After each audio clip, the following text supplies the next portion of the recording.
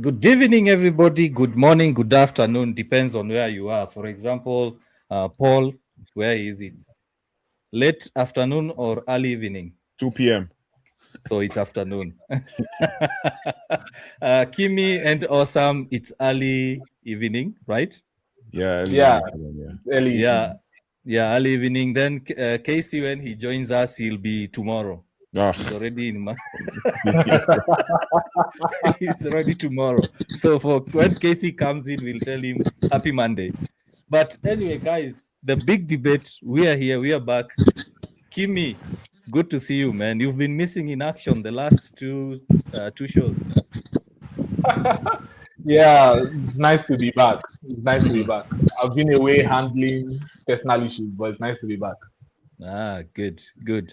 And we have Awesome FC who's here. Awesome has joined this gang of unfiltered talk. So how are you, Awesome? I'm doing great. I'm doing great. Especially Good. after watching Arsenal lose to City. It's really made my week.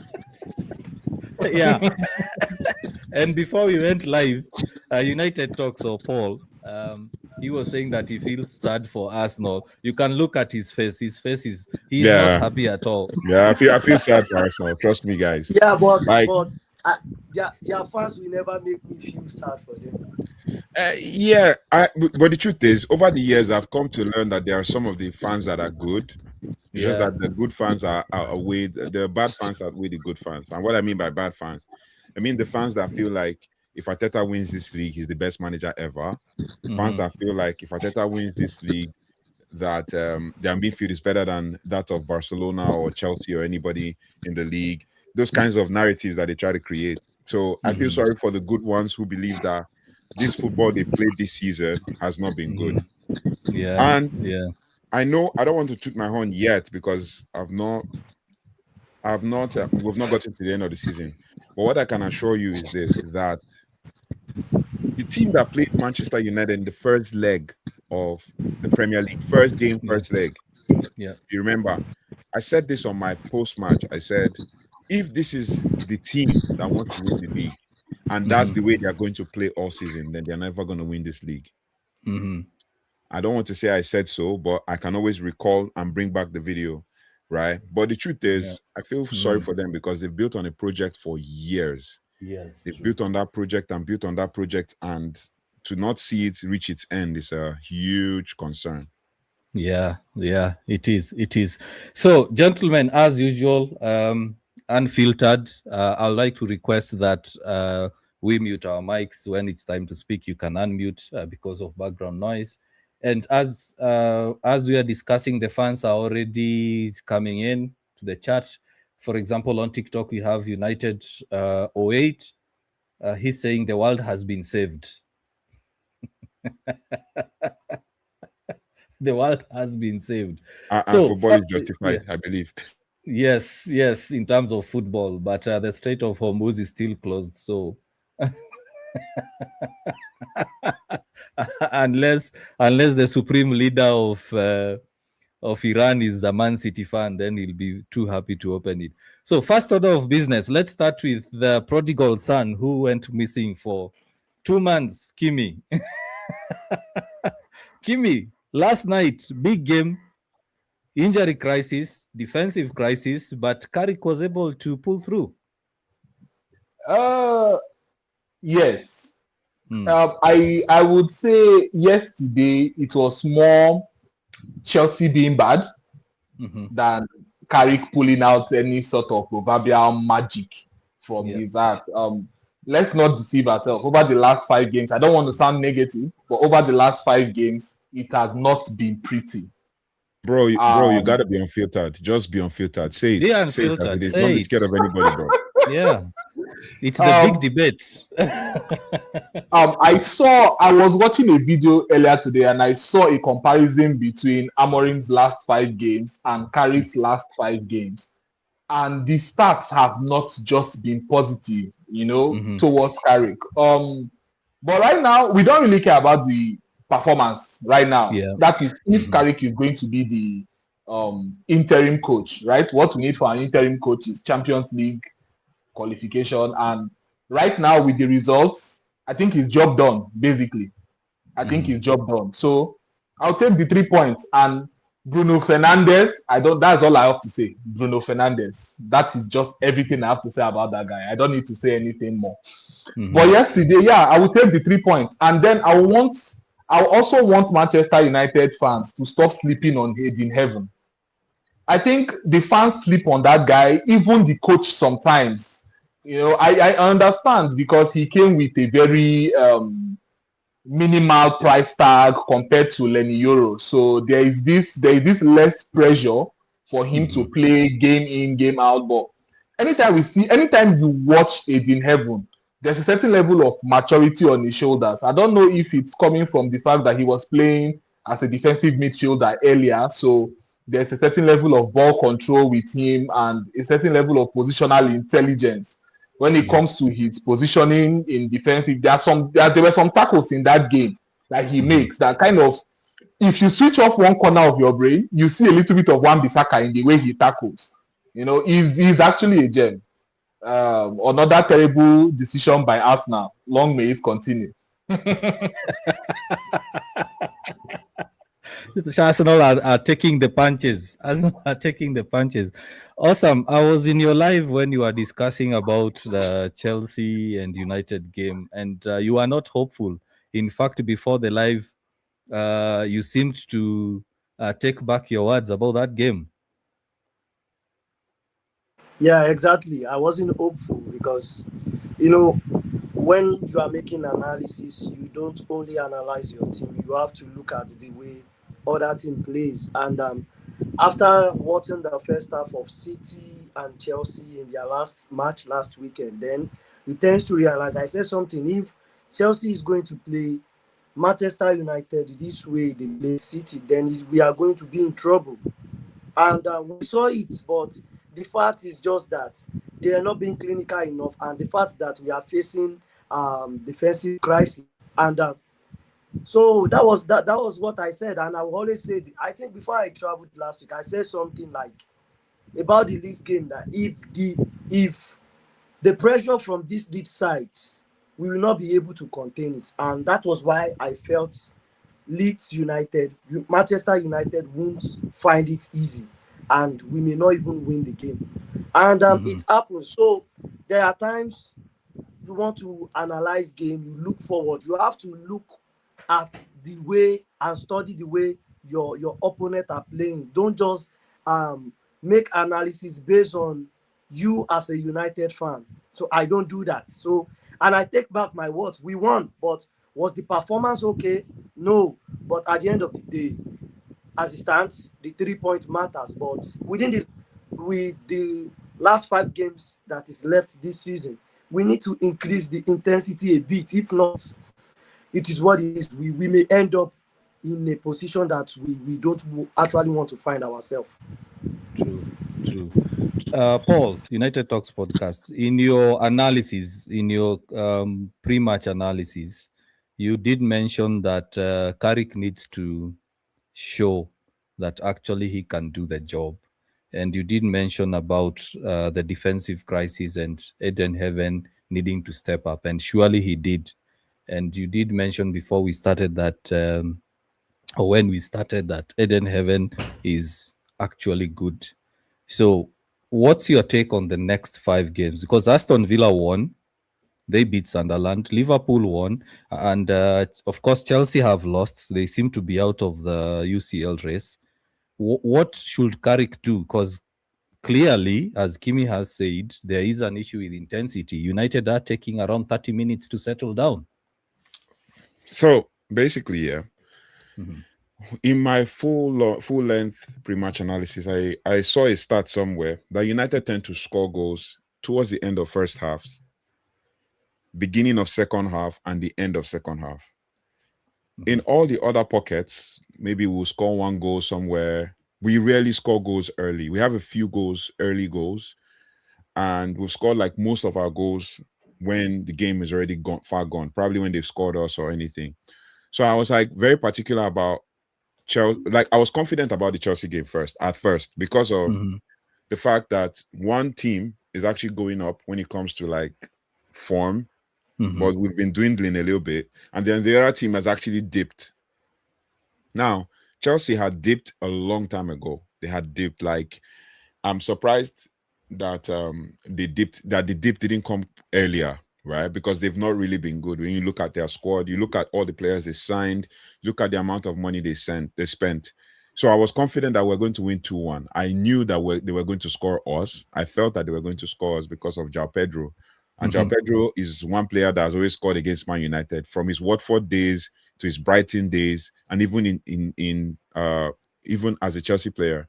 And then also I saw that record that in 5 years or 6 years we hadn't scored at one at Stamford Bridge. Yeah. So I was like, wow, okay. Even when Carrick went there, he drew 2-2. Yeah. If you remember with Jadon Sancho and stuff. So I was like, okay. But I still was confident because of the form of Chelsea. Now, with Aiden Heaven, I've always said this since we signed him £1 million from Arsenal, that guy is a gem. Now, when Man United became interested in him, because I remember we got him and Dogo at the same time.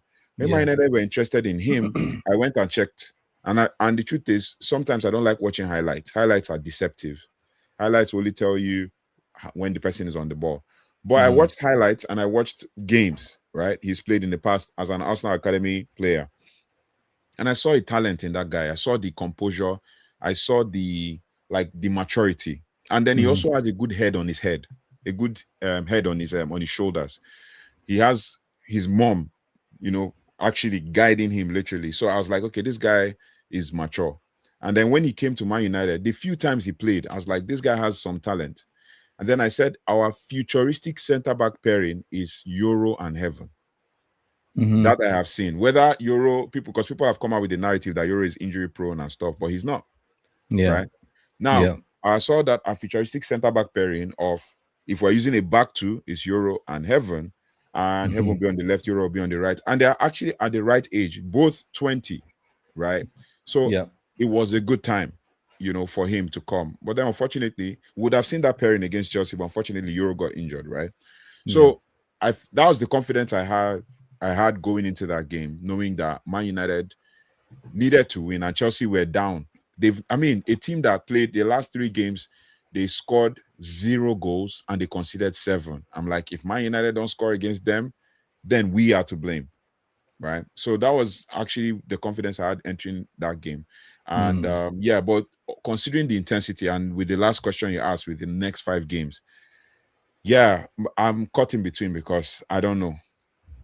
We seem to do well a lot. Do well against lower teams. I mean, against higher ranked teams than lower ranked teams. Yeah. So,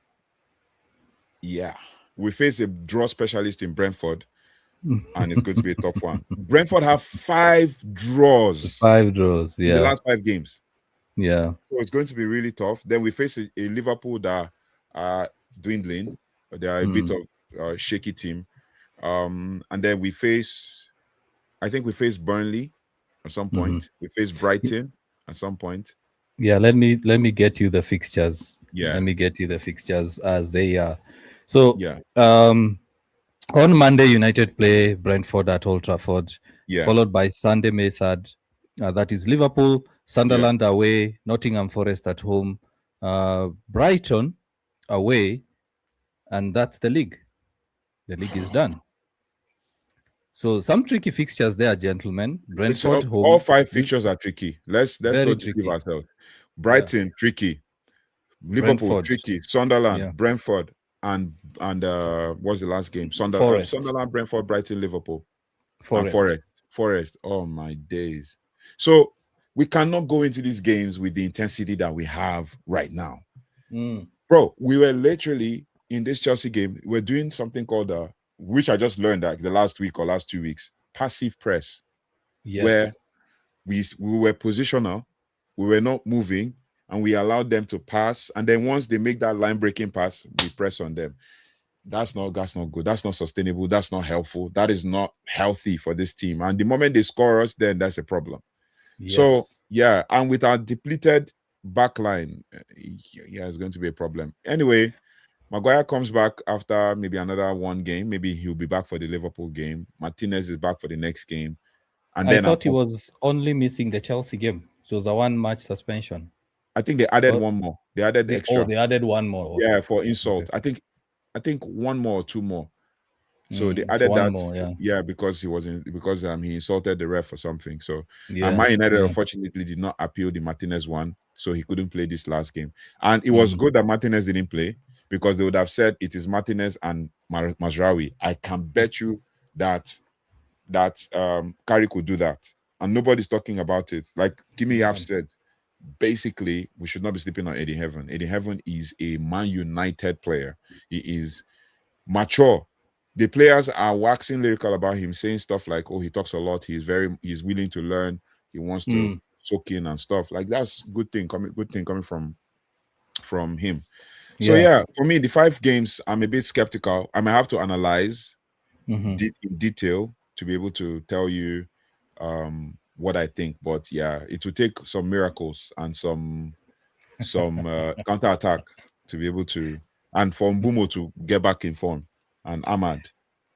Yeah, Crazy. because if we look at the lower ranked teams, United lost to Leeds, drew to Yep. Bournemouth. Yep. They were beaten by Newcastle. They Everton. beat, Earlier in the season. yeah. So I'm just looking at the recent fixtures under Carrick. Okay. So at least when Carrick came on, 4 wins on the bounce. Among those wins was Fulham, and it was a very, very tricky fixture. And then Tottenham, of course, we can regard them as a highly ranked team, although they have their own issues there. Yeah. Then drew to West Ham, at least beat Everton, a very, very tough fixture there. Beat Palace, but lost to Newcastle. Beat Aston Villa, who are also having issues. Drew to Bournemouth, lost to Leeds, beat Chelsea, which is a big team. The next one is a lower ranked team, which is Brentford, and then a bigger ranked team, which is Liverpool. Both fixtures at home. Yeah, So man. awesome. Looking at how United are playing, looking at the current squad the way it is, because Carrick can't sign any player now. What does he need to do? Because also Casemiro is looking like he can't run. And Casemiro was a very fit player. What's happening to Casemiro? I think we all know Casemiro's age, and we all know the demands and intensity that comes when it comes to Premier League. And so far this season, apart from that red card or 5 yellow card he picks up, I don't think Casemiro has actually missed any match in this team. And we are gradually coming to the end of the season and the World Cup year also. So it's natural at times because it's human factor. And I think fatigue is settling already for Casemiro. Yeah.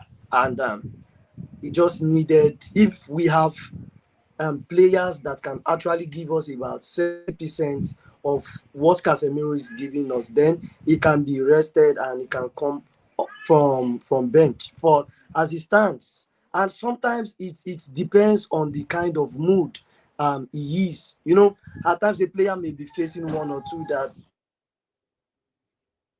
that you don't know.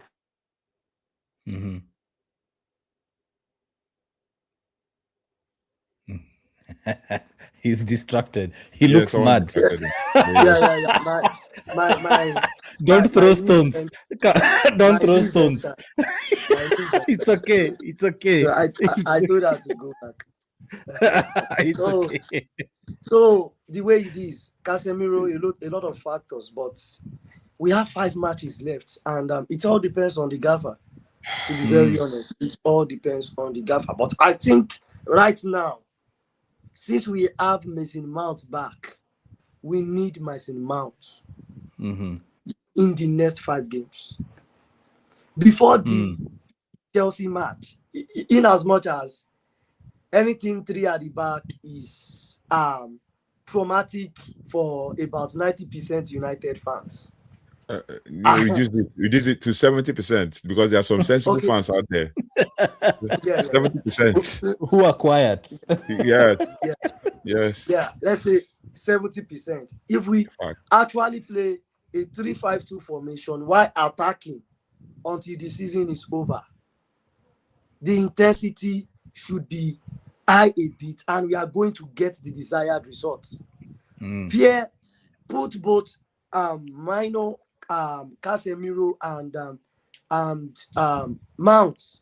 Let Mount be the one pressing forward whenever we are attacking. He advanced into the number 10 row. Then whenever we are off the ball or in transition, he comes back to the number 8 row. Then they will be able to complement each other. Then you have both Casemiro and Mino staying back, doing the dirty jobs. But at the end of the day, what do I know? It's just my opinion. I think that is the way we can actually up this thing and save our season. Then when we are defending, you can actually make it 4-5-1 mid block. It's okay. Yeah. So guys, there are a couple of gentlemen who owe us a lot. Fred is on that list again. Fred owes us a huge dinner. Yeah. Definitely. Dinner on a platter. I owe you guys a lot, Jared. Today's wife's birthday, so I've been really busy. You've been busy celebrating Arsenal's loss. Come on. Double celebration for me. Okay, good. Awesome has said his punchline. What does he know? Kimbi, what do we know as fans when we say that this United squad needs a rebuild? Because Awesome says Mason Mount should be key in this. I posted a video saying he should be sold. What do you think about players like Mason Mount? Yes, we might need him the next 5 games, but are those the sort of players United should go with next season? Absolutely not. If we have a world where Mason Mount is a core member of the starting team for Manchester United next year, then we should expect something like this season. A season punctuated by chaos. Mason Mount's injury record is terrible. He has been having the same types of injuries, keeping him out for large chunks of time. Now, that's not to say he's not a hardworking player or he's not a good player. He's one of our best midfielders when he is fit. The operative word there is when he is fit. This guy, no, I cannot rely on Mason Mount in the midfield. He needs to leave. I love Mason Mount for Manchester United, but if we really want to be honest with ourselves, what does Mason Mount bring to Manchester United? I think the system where he could have thrived was under Ruben Amorim. In this current system where we are playing a 4-2-3-1, where do you put Mason Mount in? You want to play Mason Mount on the left wing, it's going to be a square peg in a round hole. You want to play him in the pivot, square peg in a round hole. The only place you can see Mason Mount realistically playing is behind the striker, and there is no way you are benching Bruno Fernandes. There is no way you are taking out an 18 assist a season attacking midfielder for Mason Mount. The downgrade is going to be felt. It's going to be considerable in the team. So yeah, it's unfortunate. It's a sign of Mason Mount is one of the last breed of signings for Manchester United when there was actually no cohesion between the coaching system and the board, right? Because even when he came under Ten Hag, people were surprised. There was a lot of questions, and what Ten Hag tried to do with Mason Mount was trying to play him beside Bruno Fernandes, basically with 2 number 8 and then a defensive midfielder, which left I don't need to remind any Manchester United fan of what happened under Ten Hag. The amount of space, the opposition were having picnics in front of our defense. So people like Mason Mount need to leave. I was hearing Awesome talk about fatigue, and I was a little bit bewildered. Are these not the same players that have basically a month off? So why are you coming back and you're coming back? I'm glad that they did not give the excuse of fatigue, because this is their second game back after almost a month. Yeah. I mean, even though Casemiro is basically a grandfather now in the game, not in real life, because he's not that old in real life, but in the game, he's an old man. Yeah. He should be able to play once a week. he should be able to give us at least 80 minutes of high intensity once a week. I think the problem is not physical. You know, UKG, I was on your live, I think in Yeah. February or so, and Yeah. we're discussing about this team. And I told you something. I said a Yeah. leopard does not change its spots. These players will eventually show themselves in the long run. And Yeah. that's what we've been seeing slowly. The euphoria, the constant praise, the adoration of the fans has died down a bit, right? It is becoming expected. You are now Mm. expected to win this game. You're now expected to go out there and give teams hell. What Yeah. are we noticing now? The performance levels have begun to drop yet again. The leopards, no matter how much you paint them, once they take a shower, their spots will come back. You can't change it. So I think that is the problem, because it's Yeah. surprising that we had the discussion about intensity under Ten Hag. We had the Yeah. discussion about intensity under Ruben Amorim. We had discussions about intensity under Jose Mourinho, mind you. We had the discussions about intensity under Ragnick. And we are still having that same issue, that same conversation, barely 3 to 4 months under an interim manager, Michael Carrick. Yeah. Surprise, surprise. I think it's the least surprising thing that I have to say here, that these players, a lot of them still need to leave. And they will benefit from a clear vision. They will benefit from a clear vision. They need to know, True. this is my man. This is the Yeah. man taking me into battle next year. Yeah. I need to work hard. I need to fight for this man because I'm fighting for my place next season. You will also Yeah. notice that performance levels will drop the closer we are to the end of the season, because people begin to check out. I think also Mm. mentioned an excellent point where he talked about the World Cup. We're a few months Yeah. away from the World Cup. Players will begin to check out. I'm not going to mention names, but I have some players in my mind that will start checking out mentally, because they need to have that hope of Why are you playing. too reserved? Why are you too reserved, man? We are never Uh, reserved in this the big debate. I'm Mention just names. coming back from vacation, so I'm yet to settle into the groove of things. All right. But All I'm right. going to point one person, Luke Shaw in particular. Mm.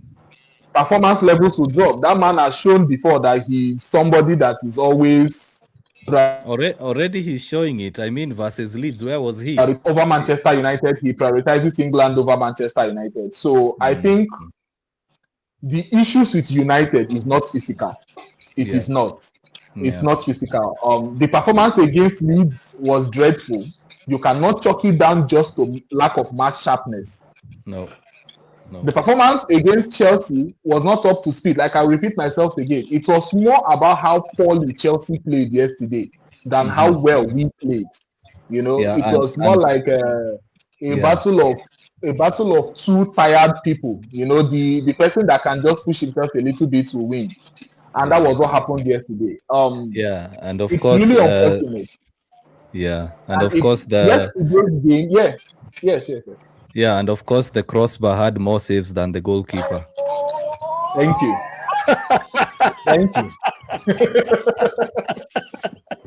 The crossbar had more saves than the goalkeeper. That can tell you everything about that game.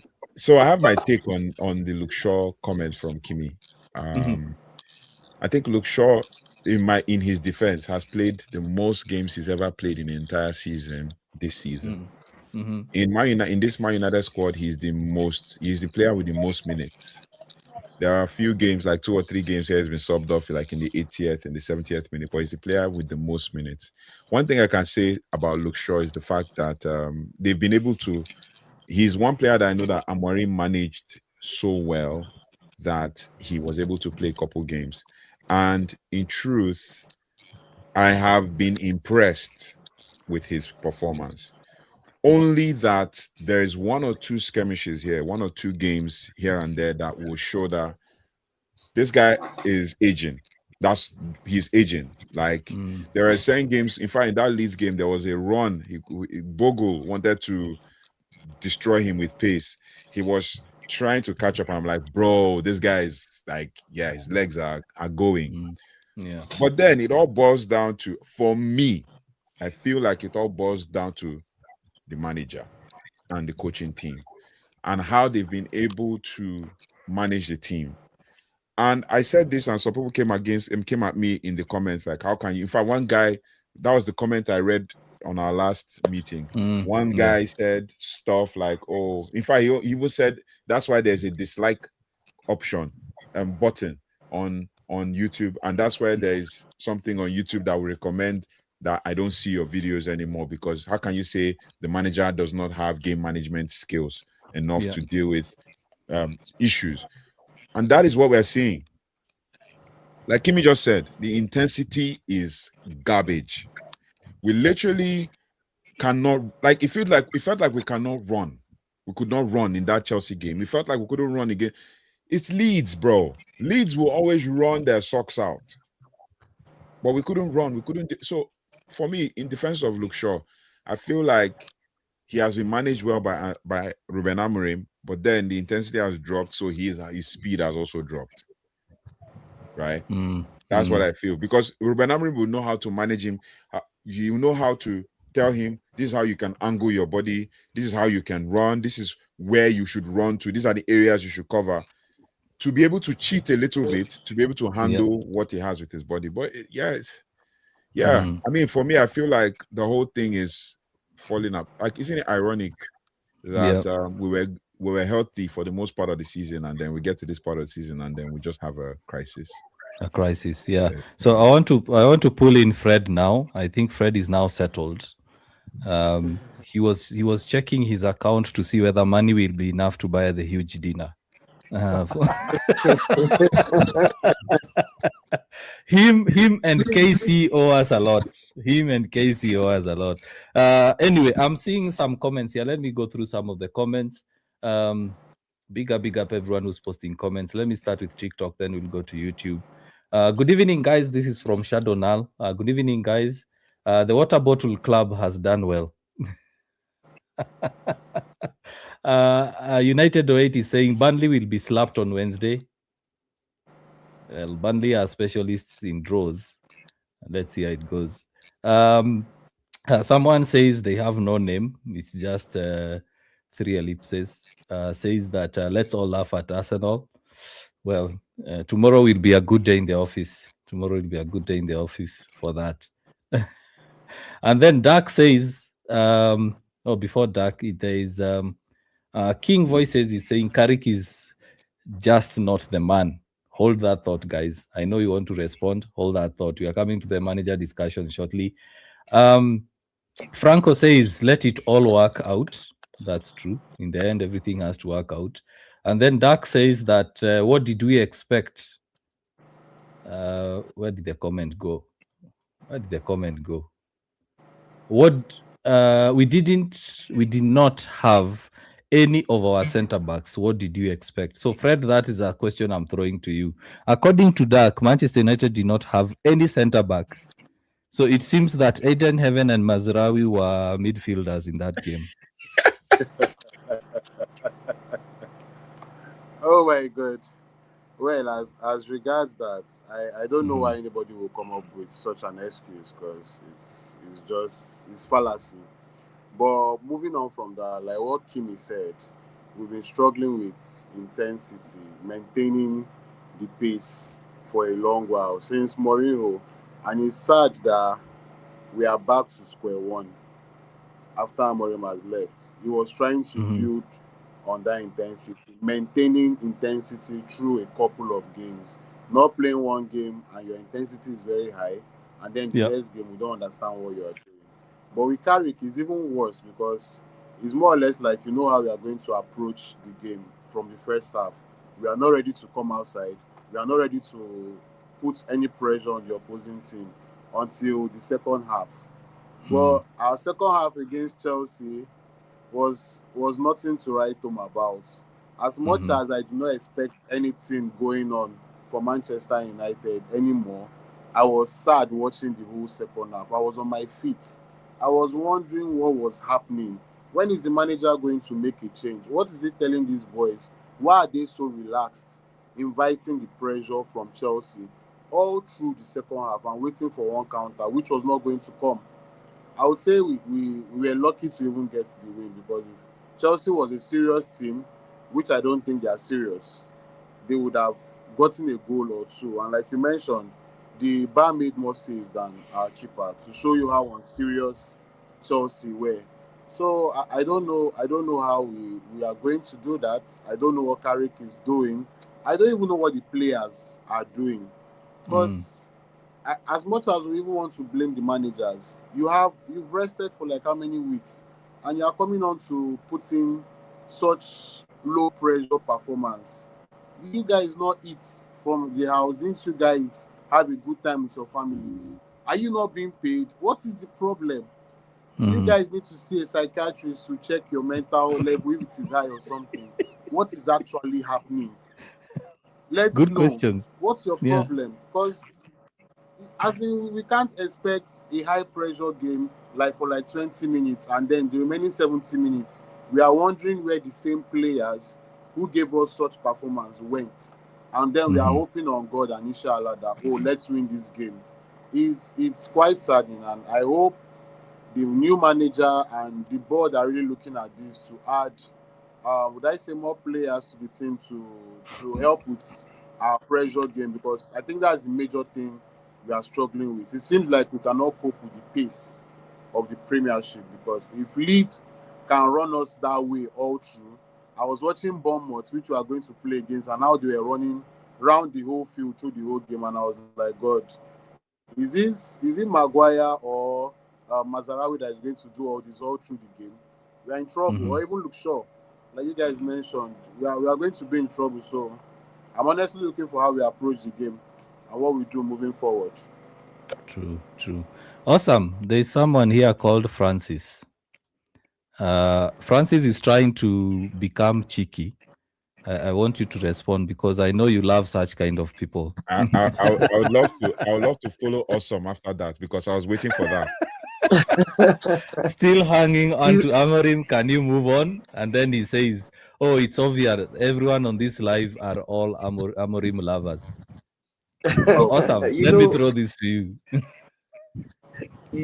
you know one thing about life is people tend to deviate from the truth, and in as much as every managers that has come to this club, yeah, we've always been talking about them. We still talk about Mourinho, talk about Ole, talk about Ten Hag and everything. So sometimes when you have a situation to relate things with, you have to talk about it. Talking about Amorim and stating the obvious doesn't mean you are hanging on to it. Is joyful, like it's a thing of pride to about 85% of the fan base right now, that no matter which way you manage to secure the 3 points, it matters. But what is the continuity? What is the longevity? And what is the actual this thing that actually comes behind it? Okay, you actually want a team that will struggle to win a trophy this season. Going into next season, you are not able to like compete at the same level, then win another major trophy. I don't want that type of United. You understand? And as a matter of fact, starting from since this season started, I've limited my expectation from Manchester United. So anything that happens in the next 3 seasons, maybe some kind of success, is just like an add-on. But as far as I'm concerned, I've limited it because we state the obvious. You have a coach or a manager that is trying to like set the pace. You brought in someone to reset everything, to bring back the glory days, and is on that run. What Manchester United faced last season is the same thing Liverpool is actually facing right now. The same thing Pep Guardiola faced. But what actually made a difference was that Guardiola, Liverpool, they don't have disastrous team members. Last season, we have disastrous Onana. We have player that has character, that has egos, that we need to flush out. Then what happened this season? You brought in players, and all these players, you saw the improvement in our forward line. When last? Well, when was the season we actually have this number of goals and we actually have this number of goal difference? The problem we have right now coming into this season is actually like our midfield is being penetrated, is being run through week in, week out. And you just have to talk about it. Intensity has dropped. When Ruben Amorim was here, expected goal on the statistical table in the league, we know where we are compared to now. See, we became one of the most dangerous teams to play against. For a Rapper fan to be telling me I'm actually happy Ruben Amorim was sacked, I asked him, I said, why? Because he said he's seeing the trajectory of Sir Alex Ferguson reign in him. If a Rifle fan should be happy that Amorim was let go, then you should sit down and think about the whole thing. When a team is in transition, a lot of things come into play. Nothing is certain. Uncertainty comes. The games you felt like you are going to win, you don't win it.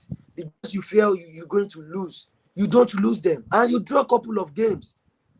And I used to say it, if Liverpool actually lives and slots for the next one season, Liverpool will be one of the most dangerous teams to play in the EPL.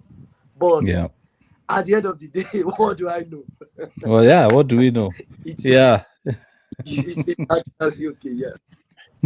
Let's hear from. I can see that Francis, I remember Ojiako is his name, Francis. Is coming for me in the comments, right? He particularly mentioned me. It's United Talks, yeah? On the go check me out. And then if you want, we can have a debate and have an out-and-out debate talking about things like this. Bro, you have to be very, because the truth is, one thing I've noticed about United fans, and I've come to this conclusion, also will know this. I came out, there's a WhatsApp group we're on, and I said, right now I know that there are content creators and there are banter creators. The content creators create content, they analyze, they give you details and everything. And then there are banter creators that create content with emotions. They come and tell me Michael Carrick is the best manager that has ever happened to Man United. I've seen those comments in my own videos. Bro, before Michael Carrick will win what Amorim has won right now as a manager, it will take him a couple of years. He tried it with Middlesbrough. First season, second season, couldn't even get through. Guess what? Middlesbrough are third in the championship. Let's get it right now. If you want us to bash Michael Carrick, we'll bash Michael Carrick. If you want us to tell you the truth, we'll tell you the truth. And the truth is bitter. That's why it's difficult for you to accept. He's asked, what truth? You talk about intensity. Where was the intensity in the first leg? They freaking outplayed us, but we won the game. Go and check that first leg. You will understand that it was Amorim's tactics they were analyzing after the game, not even how Chelsea played. How did Chelsea get that red card? How? Long ball. Alter there played a long ball to the striker. He didn't play Benjamin Sesko in that game. I can tell you all the lineup that started. He started with Mbeumo as the striker, and he put Mbeumo against Chelsea's tallest defender and say, you know what? Don't worry about winning first ball. Win the second ball. I remember the Sun came out and did a full analysis on that. Alter played the long ball. There was intensity. What are you trying to tell me? What are you trying to? They outplayed us. Is it ball possession you're going to use and look at it? Go and check the XG. Then you'll get a sense of what we're talking about. Alter played the long ball. Mbeumo did not need to challenge. He just needed.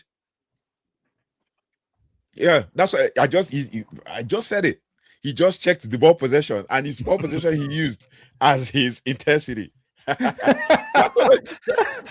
know you. You see, United Talks. One thing, in fact, last night I was on a very long live, and I told the fans they usually have a habit of contradicting themselves. Bro, they have a habit of contradicting themselves. Yeah. Because just to cut you short. Yeah, no worries. When the moment I don't remember whether it's you or it's you when you are talking about Luke Shaw and Amorim helping Luke Shaw. Yeah. You are making a very positive point about Amorim helping Luke Shaw. You are making your observations. Yeah. Before that, Kimi mentioned Erik ten Hag. Kimi mentioned Mourinho. Why did he not come here in this comment and add those names? Yes. So that you see how these guys usually infuriate me. Kimi has mentioned Erik ten Hag. He has mentioned Mourinho. Fred has mentioned Mourinho. Osam has mentioned Mourinho and Eric Ten Hag, but he comes on and says Amorim. So this is what I'll say as you finish your point. Yeah. Let me land. Let me land. That's what I usually hear you Nigerian brothers say. Let me land. Yeah. Bro. This is classic attention seeking and superiority complex. Facts. Classic superiority complex and attention seeking. We've mentioned Amorim amongst other managers, but he decides to bring on the Amorim debate. And I like what Osama said. You have to refer. We are referring between a manager who was there before and a manager who's there now. Even when Ole was here, we were comparing Ole and Mourinho. Yes. We were comparing Eric Ten Hag and Ragnick. So anyway, sorry to cut you short. No worries, man. Like I agree with you. Like you actually know people that does that. People that have seen the light and they are not willing to take back their words. Yeah. So they tend to yeah, that's exactly what I was going to say also. Now, the truth is, he goes and checks and says, I've checked it. It's ball possession. And I already said it. I said they'll go and check and tell me it's ball possession that they used to determine how they outplayed us. And it's similar to that of yesterday. I remember the Suns specifically. If you want, I can pull up the video and stuff on the Suns TikTok page, specifically analyzing how Amorim outwitted Maresca. This is a guy who is supposedly going to be the coach of Manchester City. Amorim outwitted Maresca. Immediately we scored that first goal. Maresca panicked and started making changes. Is that a team that was in the ascendancy? No. They were talking about how Amorim played, used the long ball tactics. I remember I made a video that he played over 30 long balls in that game. I remember that video. I remember the stats and I put beside me and everything. Like, what is there? Where's the lie when the stats are there, evident?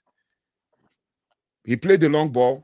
The Chelsea defender won it. I think it was maybe Adarabioyo or somebody that won it, or Chalobah hit the first contact, and then who took the ball? Bruno. He played it out wide to Ahmad, who found what's his name? Mbumo, who already started making a run. In basketball, you call it screen and pick and roll. You call it pick and roll in basketball, where the first ball hits the ground and then that person that created that screen starts making the run. That was what Mbumo did. And he was one-on-one with Sanchez, and Sanchez, he beat Sanchez to pace, and Sanchez hacked him down. And that was why they got the red card. What happened? Maresca panicked and took off Kopama. Yeah. Like, it's there for all to see. All I was hearing is, and even Carragher, that we don't like, came out and analyzed that it was second balls that helped Man United to win that game. Amorim adjusted his team, Man United, to the team that he was going to face. That is why when we were facing Newcastle, who remembers how we played Newcastle? Do you know that Newcastle have played us? They have played us when we beat them 1-0, when Dogu scored. It was Amorim. And guess what? The same Newcastle that Amorim beat is the same Newcastle that beats Man United. What are we talking about? Under Michael Carrick. If you come and talk about that now, someone will come and tell you, oh, we had injuries. Oh, we started with Mazraoui. Oh, we did this. Bro, the intensity dropped from Fulham's game. It's there for all to see. We've said this. That Man United beat Fulham is that we had to counter them. The intensity dropped from Fulham's game. We still had the same.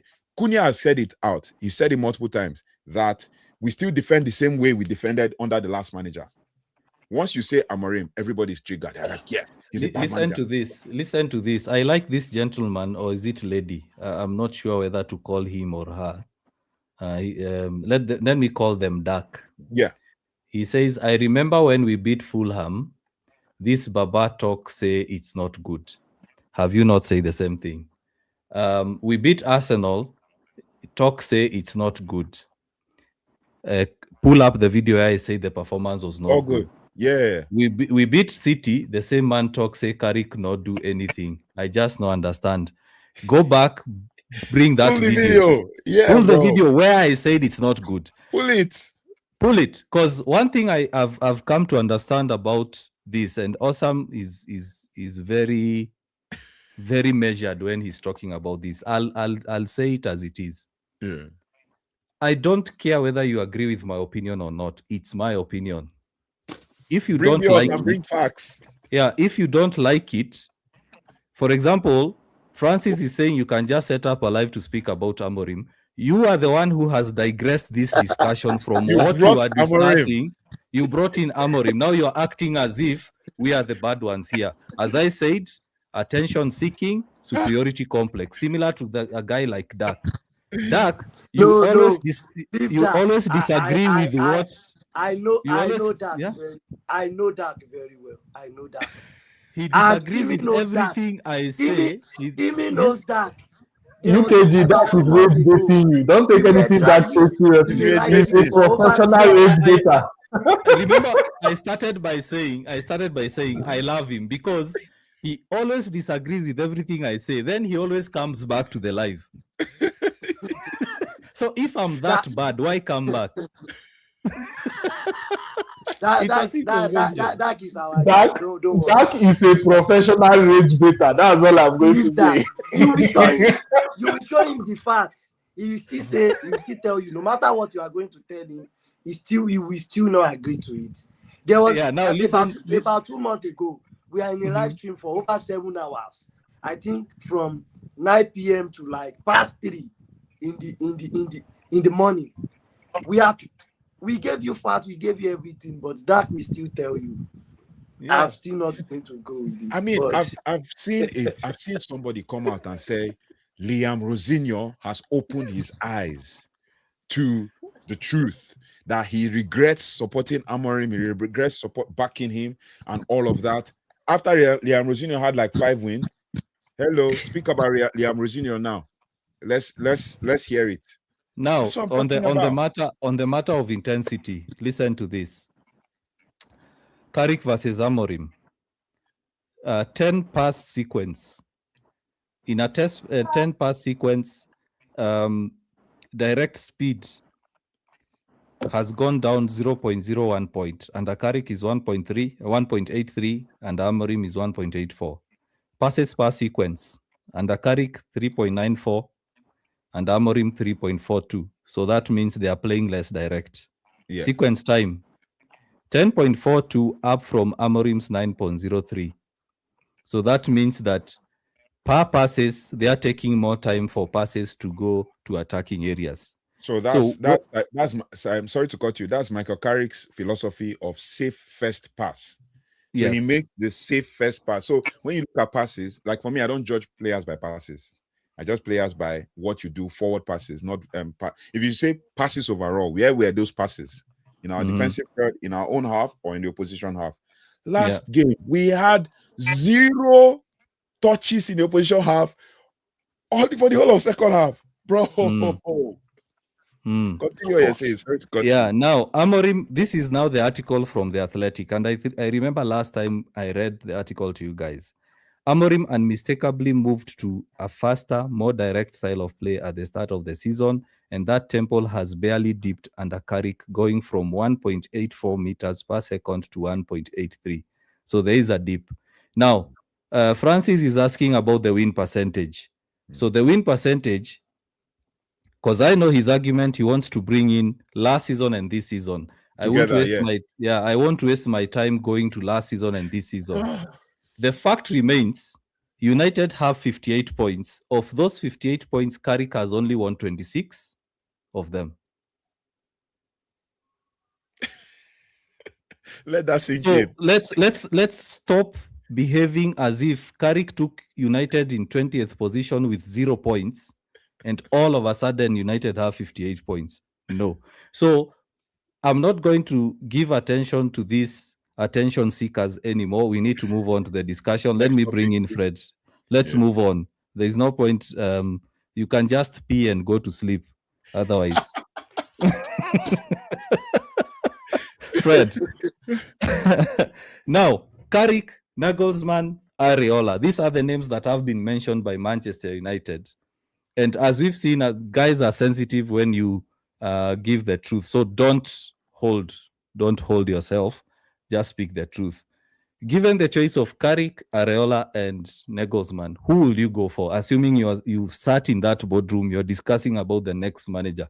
Because Ancelotti said no, Tuchel said no. It seems that Enrique is also signing a new contract. So the 3 names that have been mentioned are Nagelsmann. United have gone to Germany to have talks. Iraola has already said he's leaving Bournemouth, and Carrick. Fred, go. I would love to stick to the options they are just there. They are not sitting well with me. But if I was to make a pick, it would be between two persons, Rosenor and Nagelsmann. I would say Rosenor because he has been in the EPL. He understands the EPL. Sorry, did you say And Rosinio? yeah, I think so. The Bournemouth's Iraola. manager, yeah. Iraola. Sorry. Yeah. He understands the EPL and he knows the expectations of the EPL. Now, my problem would be: is he going to come and be the manager, or is he going to be the coach? Compared to the capacity he has at Bournemouth, is he going to be the manager, or is he going to be the coach? Is he going to be supported in the transfer market? Because we can't keep getting new managers and they want to come with an ideology of how to play, but without proper support, and then we expect results. I gave an analogy in Awesome's life the last time. I said Manchester United is like someone trying to build a house. You have a plan to build a house for 5 years with a certain amount of salary, but then you're expecting that you finish that house in 1 year with that same amount of money coming in. It's not possible. You're only going to stop at, let's say, the foundation level. You are not going to finish the house in 2 years because you've not put in the right amount of money, which is going to bring in the workers to finish the job. So I don't know. I don't know how we are going to navigate around that. Now, if I say Nagelsmann, I've always loved him from a long time ago. I loved him so long a time.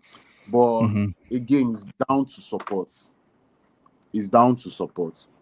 We have someone like Wickles who is saying he's the director, and yet he has a coaching ability in him, a managing ability in him. So he wants to be the manager of the club and then still do his job. So how do we balance the ego in the board, and then that will allow these managers to actually do their job and give them proper time to achieve whatever is set for them with the right supports? Let's not forget the support. The support for me is supposed to be constant, regardless of the manager. Regardless of the manager that is coming, even if you are keeping Carrick, they have to support these managers. Now, the second thing would be: are they going to be given enough time to achieve whatever goal is set for them with respect to time? Is this something that is going to happen? So that's where I'm a bit, I'm in between. So I'm either going to go for the now ex-Bournemouth manager or Nagelsmann, between the two of them. Kimi, I know you are very passionate when it comes to that point of view, like the board needs to support the manager. So do you still hold that same point of view? Then we'll have Awesome, then United Talks, speaking about the three managers who they will go for. Honestly, Manchester United's manager search is always, it bewilders me most times. The structure behind the scenes, it's confusing because in one end it is very clear. You know who the director of football is. You know who is running the recruitment. You know who is the scout. You know who is operating as a technical director. But in operation, it's not as straightforward. You know. So bringing in a new coach into the system, it's odd for me. The last time we had this discussion, I said just give the job to Carrick, because you're looking for a yes man. Carrick is a yes man. He's not going to bite back. He's not going to bite back. You want a manager that is going to play a 4-2-3-1 or 4-3-3, as the case may be. Carrick has already been playing a 4-2-3-1, right? You want a manager that can give you results. For what it's worth, Carrick is not a manager that can win you the Premier League, yes, but with the amount of points that he has been getting, he can do what the Glazers want from Manchester United in the foreseeable future, which is consistent qualifications for Europe. So it seems quite weird that there is so much discussion from outside, in my opinion. Not necessarily because I love Carrick and his brand of football, but for what the club is. People seem to look at Manchester United as the Manchester United from 2010, or they look at Manchester United as Manchester United from 2012. They are almost two different clubs. If you really want to watch Manchester United from 2010 and Manchester United from today, it's almost like you're supporting a totally different club. There is very little to draw. There's very little similarity apart from the fact that they still play at Old Trafford, they still wear red, and they still answer to the Red Devils, right? The club is a very different beast. That being said, I think Nagelsmann is going to struggle coming to Manchester United. He's going to suffer from what I will call the Amorim syndrome. A coach that has done well in a foreign league, done well outside of the Premier League, a young coach, mind you. People seem to think because Nagelsmann has been around, his name has been floating around for a while. He's an old man. He's a very, very young guy. Coming to the Premier League, mind you, Nagelsmann still hasn't won much. Even during his time with Bayern, wasn't really that successful. Yeah. So coming to the Premier League with the CV he has, he's going to struggle. He's going to struggle. And there is also this conversation of signings, egos coming back. There's still conversation of Rashford possibly staying behind if Barcelona don't pull the trigger this summer. How is that going to be handled?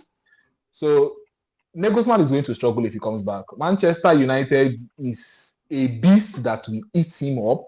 And who knows, if he comes in the summer, within the next 12 to 30 months, we'll start having conversations of don't ever mention that previous manager's name. And some people will now start changing Nagelsmann. They will say, we call Nagelsmann the N-word. They will say, don't mention the N-word on your live. Nagelsmann is not the N-word. And I will tell them to pee and go to sleep. Exactly. And that's going to be the issue. For Iraola, I think Iraola doesn't really fit Manchester United that well because yes, he plays a 4-2-3-1/4-3-3 hybrid system. But then again, back to the reason I said earlier, the structure is not really as straightforward. I think Fred also said the most important thing. We have a director of football that has openly come out to say he sees himself as a coach. We have a director of football that is on record telling a manager a formation to use, right? A system to use after agreeing and signing contracts with this guy. You're telling him to change the system. That level of tinkering and that level of interference, I don't think Iraola has ever operated under that level of scrutiny, and he's going to struggle, especially given the way Manchester United is. I think qualifying for the Champions League this season is also going to warp what success and failure is for Manchester United next year. Don't forget that. When we qualify for the Champions League and we wear that football with the stars on our badge or on our shoulders next year, every Manchester United fan automatically will expect you to go to the Bernabeu and slap Real Madrid 3-0. They will forget that this is a club that was basically battling for lower mid-table last season. They will forget this is a club that up until January, the expectation was Europa League football, right? So that expectation management, I have not seen Iraola as a smooth talker. I've listened to some of his press conferences. He's not really a smooth talker. He is not someone that can drag everybody, especially this fan base, along. And if the results don't come or don't go his way, which we will definitely have poor results next season. Let's not delude ourselves. We'll have poor run of form next season. When that hits, it may be difficult for him to recover from, as we have seen with other managers in the past. For me, given the current landscape and the current setup of this Manchester United, I think they should just stick with Carrick. He has everything they need. Listen to this. You said about him not speaking the right words to rally guys around. This is what Iraola said in his pre-match press conference when he was asked the reasons as to why he left. He said, the seasons I have been here, I have been so satisfied. I don't want to also risk it. Sometimes you have to choose well the moment to leave places. I would rather regret leaving a year too early than staying a year too long. I have no idea what I want to do next season. I don't know if I will coach a club, a national team, or even stay in this continent. I genuinely do not know what will happen, and I'm in no rush to decide. Now, the media did not focus on those words, but if he was a United manager, what do you think the reaction would have been? He's afraid he's going to lose. He was he you will see the headline. United to struggle next season, so I decided to jump ship. Iraola. That's going to be, and I will tell you one of the people that will put that up there: Manchester Evening News and the Sun. Simon Stone of BBC. Simon Stone of BBC. Samuel Lacoste. And then yes, you will see them. You will see them. United manager predicting incredible fall off next year, so he left. Or United to fall off the cliff. To be a United coach, you have to be somewhat of a politician at this point. I think that is just it. You have to be incredibly media trained. I think that's where Mourinho excelled. Mourinho was meticulous with everything he was giving to the press, both good and bad. He knew how to use the press. For this, at this point, I think Nagelsmann and Iraola, they are not really the best option for this club. While I do not agree with giving Carrick the job, I think he's the best option. He's not going to complain, like I said earlier. Whatever you give him, he's going to be grateful. This is the biggest job he has gotten, and probably the biggest job he will hope to get with his CV. So why is he going to complain? Why is he going to rock that boat? Right? And if any issue comes up, he's going to do what Arbeloa is doing at Real Madrid. I am responsible. It is my fault. Don't blame these players. Blame me. Thereby also helping the club preserve their assets. Right? So all of a sudden, it's no longer nobody will remember that Rashford was not playing too good at Barcelona. Remember, he has scored he hasn't scored a goal in almost 10 games now at Barcelona. Nobody will forget that. Nobody will forget that. Everybody will be like, Rashford tore things up at Barcelona last year. This season is not playing well. It's Manchester United, it's Carrick. And Carrick, much like Solskjaer, from what I've noticed, is going to say, it's my fault, put the blame on me, and it will be easy for him to leave. And also, guys, let's not forget the financial part of this. Remember, our club is skint. Nagelsmann is going to cost a pretty penny, right? It's going to cost a pretty penny to poach him. Iraola is leaving Bournemouth now. If his contract is not, I think his contract is expiring at the end of this season, right? Yes. Okay. Now he's going to require a proper signing bonus and some other things for him to come as a big name manager to the club. At least his recent CV is impressive. I don't think Carrick is going to require that much. Number two, for PR purposes, Carrick is a well-loved ex-player at the club already. You've already gotten a huge chunk of fans on your side for that. You're getting an ex-player. You've already gotten the ex-player brigade, people like Rio Ferdinand and co on your side. And you know those men, when they speak, people listen. So they can come up with one chant or the other. I think now the new one is, it's Carrick. I think that's the new one that is trending. So there's already a chant for him going on. So we don't need to. I think all the first is we are behind. It's not Carrick at the wheel. Carrick, that was for Ole. I just gave you the latest chant for Carrick now. That was Carrick's chant when he was a player too. So so he has a good chance. So I think at this point, all road leads to Carrick in my book. If I were to be in the board, I will give Carrick. I don't have anything to do. Okay, let's hear Awesome and then United talks. Fred is unsure. Kimi says Carrick, so it's you next. You see, I will start with this. No matter how you want to cover a smoke, the flames will still come out. And you see, that cane you used to discipline the first wife will actually be used on the second wife.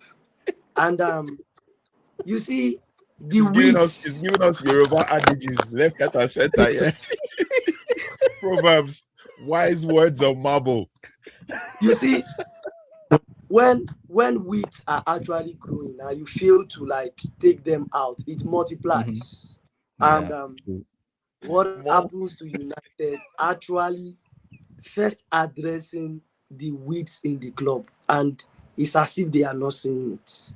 And a good club that meant good, that is projecting to win the league by 2028, which I didn't really see that coming into realization.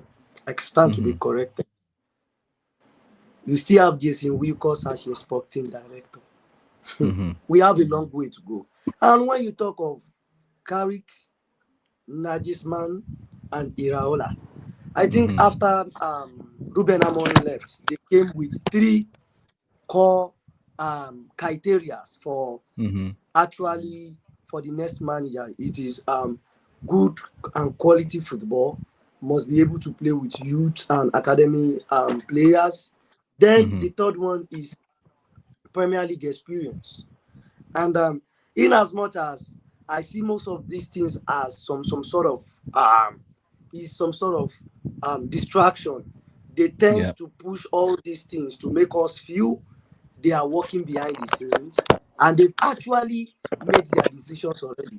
If you have actually been following United Carrick press conference for the first few matches, you will understand where the ball has been hanged already. But let's move on. You see, bringing in Nagelsmann will not last in the job. He will be nailed. He will be nailed. And the fact is, in this fan base, we tend to like ride and look down and take young managers for granted, especially the ones that are not um, English products. We know the bias and we know the hypocritical background that is actually behind it. Then Nagelsmann down the line, he will come in to rebuild, and a whole lot of things we come into place. And we have a track record of United boards not actually backing these managers or coaches well enough. It is not even all about signing players or anything. Back them when the criticism come, when the fire begins to burn, because a lot of things will come into play. Because these people are not magicians, to be very honest. That Yeah. aside, then when we look at it, Iraola got the experience, and if I'm to choose, I would have actually chosen Nagelsmann, but I think for me, Iraola will actually cut. He will make the list first because he's Premier League proven, he's conversant, and he's familiar with English media. He know the game. He's managed Bournemouth for a couple of years, and he will come in, do his work if United boards are willing to do the needful. I'll continue to say it because I didn't see United board as a serious one already. In as much they've made their decisions. And for Carrick will struggle next season, and United fans will call for his head. You know one thing about this United player, the thing you feel like you are not going to like endure till the end, don't introduce it to Manchester United players. Carrick came in as an interim. He brought in a whole new dimension of play because he wants to get that Champions League ticket for next season. When the season is over, if he gets this job, it starts. We know where the problem starts with United players. When you start implementing your style of play, your system, the problem sets in.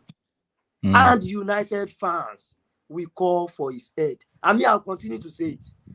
And United Talks knows in the group, as I'll still say it. You see, I want us to suffer within the next 2 seasons. Give Carrick the job. Let him continue. Our agony will become multiplied, and I'll go with Carrick. The decision has been made. I said it over 2 months ago. I'll go with Carrick because if you don't know the dimension we are actually driving towards, is it Kalanka or one of the press people was asking him what is the stand between the summer transfer signings, is discussion with Delson Wilcox, then you will know the actual answer already. Carrick is the man for this job. Let him take us further. He will bring us to glory days. And remember, Francis is telling us to British deal with it.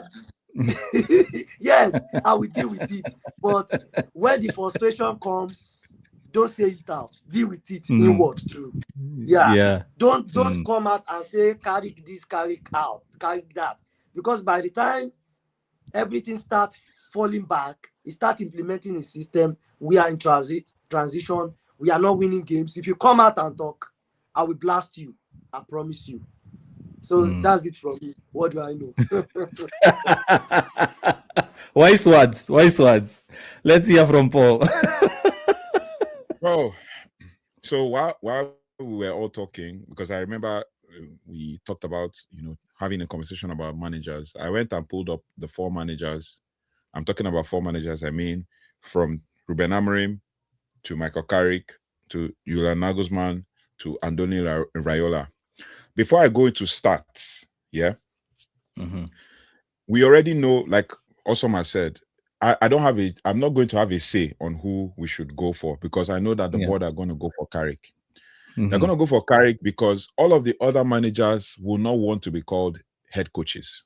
They want to be managers.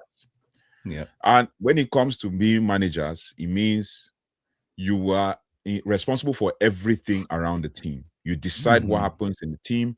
You give the final say when it comes to players signed. I mean, I'll give an example with Mikel Arteta. Mikel Arteta had a friction with Edu. Edu is director of football. But Edu also kind of overstayed because obviously the signings were not working. So they moved on from Edu and he moved to another team, I think Everton or one of these English teams. Nottingham Forest or was Nottingham it? Forest. Nottingham Forest. You're right. Then they brought in Andrea Bata. Andrea Bata is from the Basque nation, from Bilbao. And he's the kind of guy that has an eye for some type of sign, like some unique signings, right? Yeah. And Andrea Bata goes haywire, signs players, and then they're where they are right now, right? But he does not come and tell Arteta what to play, how to play, who to choose, who to pick, what kind of player. We were talking on a live on Friday when we said that there's even an issue with regards to players that were signing. I came up and I said, I played the devil's advocate. I said, okay, you know what? They are doing a triage method where one person brings a suggestion, they all have a conversation. That is Vivell, Wilcox, and Omar Berrada.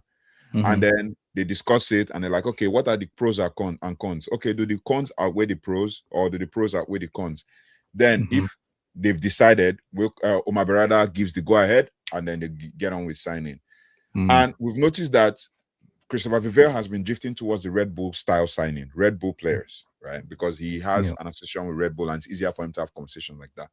That means they already know what they want and they already, like we have a Red Bull guy deciding the United DNA. We have a Man City former academy coach and academy director deciding the United DNA. We have a former Man City CEO, COO deciding the United DNA. That aside, now they're going to give Michael Carrick. This is not because I chose Michael Carrick. They're going to give Michael Carrick, and for Michael Carrick to succeed, he needs to be backed. That's number one. Number two, for Michael Carrick to succeed, he needs to be allowed to make the decisions. But they're going to give him because he's a yes man and he's going to agree, and because Michael Carrick loves the club and he understands the club. I've heard people come and say, oh, he understands the club, he understands the DNA and all of that. Fine. Don't forget, Michael Carrick started at West Ham, was signed from Tottenham, and played for United and retired at United. So let's pack that one side. Then let's come to the stats. Of all these 4 managers I've mentioned, all 4 of them, none of them came close to Ruben Amorim based on win percentage.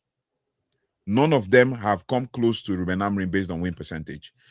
Ruben Amorim has coached 3 clubs. He started with Braga B. Let's forget Casapia. Casapia he was assistant coach and all that. He didn't have coaching license. He started with Braga B. At Braga B, he got 2.4 points per game. He had 73% win percentage after coaching 11 games. 8 wins, 2 draws, and 1 loss. Then he went to Braga A. That's the Braga first team from 2019 to 2020, December 2019 to March 2020. That's half the season. He had 77% win percentage. And he won 10 games, drew 1, and lost 2. We go to Sporting Lisbon. He had 71% win rate. He won 165 games, 33 draws, 33 losses. Anytime I bring this stuff, they'll say, oh, it's Portuguese league, nothing, blah, blah, blah, blah, blah, blah, blah. It cannot be compared to the Premier League. Boom. I will explain to you even with Premier League proven managers. Then you go to Man United. That's where he now had 40% win rate, 25 games, 15 draws, and 23 losses. Back Amorim aside. I've given you 77%, 73%, and 71%, then 40. Come to Michael Carrick. He has never hit 70% win rate in his career as a manager. At Man United, his first stint, 2.3 points per game, 67%. His Middlesbrough time, 46%, 1.6 points per game. His Man United time currently now, 2.2 points per game, 67%. He's coached 12 games. He's won 8, drawn 2, and lost 2. Park that aside. We come to Premier League proven Andoni Iraola. He has never hit 50% win rate. Never in his coaching career. His first stint as a manager at AEK, 45% win rate, 1.6 points per game. 13 wins, 8 draws, 8 losses. That looks very good on paper. Yeah. You go to his next, CD Mirandes. This is Spanish La Liga Division 2. 37% win rate. 18 wins, 17 draws, 14 losses. Pack that aside. We go to Rayo Vallecano, 41% win rate. 56 wins, 30 draws, 50 losses. Pack that aside. We come to the great Bournemouth from June 2023 to now. Shocking, 38% win rate. 46 wins, 35 draws, 41 losses. Oh. Premier League proven manager. Let's move that aside. We go to Julian Nagelsmann. Julian Nagelsmann has coached in 4 different places. He coached in Hoffenheim, Bayern Munich, Red Bull, RB Leipzig, Bayern Munich, and Germany. Germany currently, yeah. In Hoffenheim, he had 40. So Julian Nagelsmann is the one that comes closer to Amorim, but only in one stint, and that was in a great Bayern Munich team. Julian Nagelsmann has 55 wins, 43 draws, and 38 losses in Hoffenheim. He had 40% win rate. He moved on to RB Leipzig, where his win rate pushed up a little bit. He had 54 wins, 22 draws, and 19 losses. That's good on paper, 1.9 points per game at 57% win rate. Then he went to Bayern Munich, and he had 60 wins, 14 draws, 10 losses, and that is where he got 71% win rate. Then you now go to Germany, where he has 19 wins, 6 losses, 6 draws, with 61% win rate. So when you look at all of these numbers, it tells you something. It tells you that any manager that comes to Man United now and is not allowed to thrive and is not supported or backed is going to struggle. We have seen this with more than 10 managers. It is evident. You back him, if you back him wrongly, he will struggle. You don't back him, he will struggle. So what's the rationale of going to have conversations with Julian Nagelsmann, who will come back few days before preseason? What time will he have to meet with the guys? Yeah. He'll come back from the World Cup a few days before preseason. What's the rationale of going to Andoni Iraola, who will be ripped apart because he's a foreigner, and then he wants to build his team? And these same players that we're talking about, we're trying to push aside Amorim's intensity. Andoni Iraola is 2 times Amorim when it comes to intensity. Andoni Iraola is an intensity merchant because he's from the Basque nation as well. Athletic Bilbao. I remember I had an issue with him because they beat Man United 3-2 one time under Sir Alex Ferguson, and he was the right back then. Andoni Iraola is a running demon. That guy runs like crazy. So he puts his Semenyo came out the other day and said, Iraola, all Iraola says is run. And that's why Semenyo is thriving at Man City. He came in and benched everybody in that forward line. Including Haaland. He benched Mamouche, who was signed from Frankfurt. He's benched him. Doku barely gets starting time. Foden barely gets starting time. Sevinho, that was signed from Girona, barely gets starting time because of Semenyo. Run. Why did Man United want to go for him? What's the rationale of going for Semenyo now? The only players that I think will thrive under Iraola when it comes to running, you see Cunha, you see Ahmad. You see Bumo, you see Bruno. These 4, they will thrive very well under Iraola because he requires running. You see Menu is going to be on the bench. He's going to be on the bench. Oh, you want to rattle guys, man. The comment section will now be active. Let them be rattled. Do you know why Menu thrived yesterday? That was his game. That was the pace for him. It's okay. We are not pressing heavy. We're not pressing hard. I saw a clip. Somebody said, he pushed Caicedo off the ball. Yes, he pushed Caicedo off the ball. That was his game. The game was slow for him to thrive. And I liked it. I credited him for a good game. But you see, this running, go and ask Alex Scott. Go and ask Adley. I'm calling players that in Bournemouth that I've watched. Go and ask Adley. Go and ask Tavernier. Go and ask this Junior Krupi. Go and ask even Evan Nielsen. They are gonna. Evan Nielsen doesn't need to score 10 goals. He just needs to run off the ball and create chances for others to score. Ask anybody. Even there was this guy, Smith, in Bournemouth. He can't run. He's on the bench. He can't run. He's on the bench. These are the things. These are the issues, right? Yeah. And Andoni Iraola is more of a high-risk, high-reward guy. And Man United players and Man United fans don't like high-risk, high-reward. They don't like, we will outscore you. They want, let's be defensively solid, and at the same time, let's be countering. Because if you ask them United DNA, they're going to tell you it's counter-attack. Counter-attack. So, to wrap it all up, I already know that the board have decided that it's going to be Carrick. Because if you watch the press conference, the tone of the press conference has changed. They are no longer asking him questions about, are you going to be the next manager, or what are the talks? He's now even saying, I was involved in the conversations with Michael Carrick and with Harry Maguire. Mason Mount has a future at this club. Yeah. Mason Mount has a future at this club. Like, bro, before it used to be, we're not looking at the future. Then they brought Aiden Heaven. He said, no, let's not talk about the future. Bro, it already tells you who his favorites are and who he's going to play when the time comes.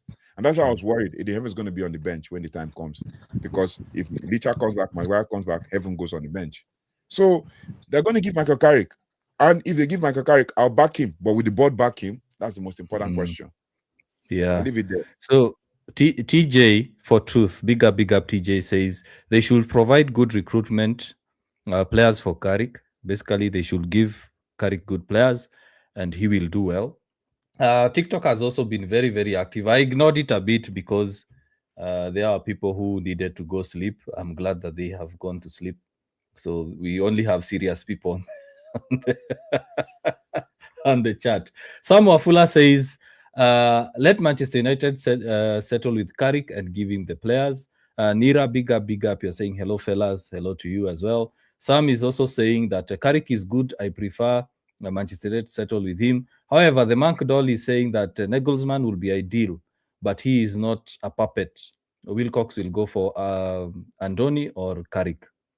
Sam Waful also says that giving the players, Carrick will be better. If I meet Arteta, they need to open the Hell's Gate. I'll deal with him personally. That fan is very angry with Arteta. Nira says, let's not repeat what happened a long time ago with Ole Gunnar. There are better choices out there, and that's the worry for most of the United fans. So my opinion on this. Let me read this comment from the Monk Doll. She says that the problem we'll be having Carrick is sacking him mid-season, then we start again, and that's a genuine concern. Can I comment on that? Can I Yes, comment on yes. that quickly?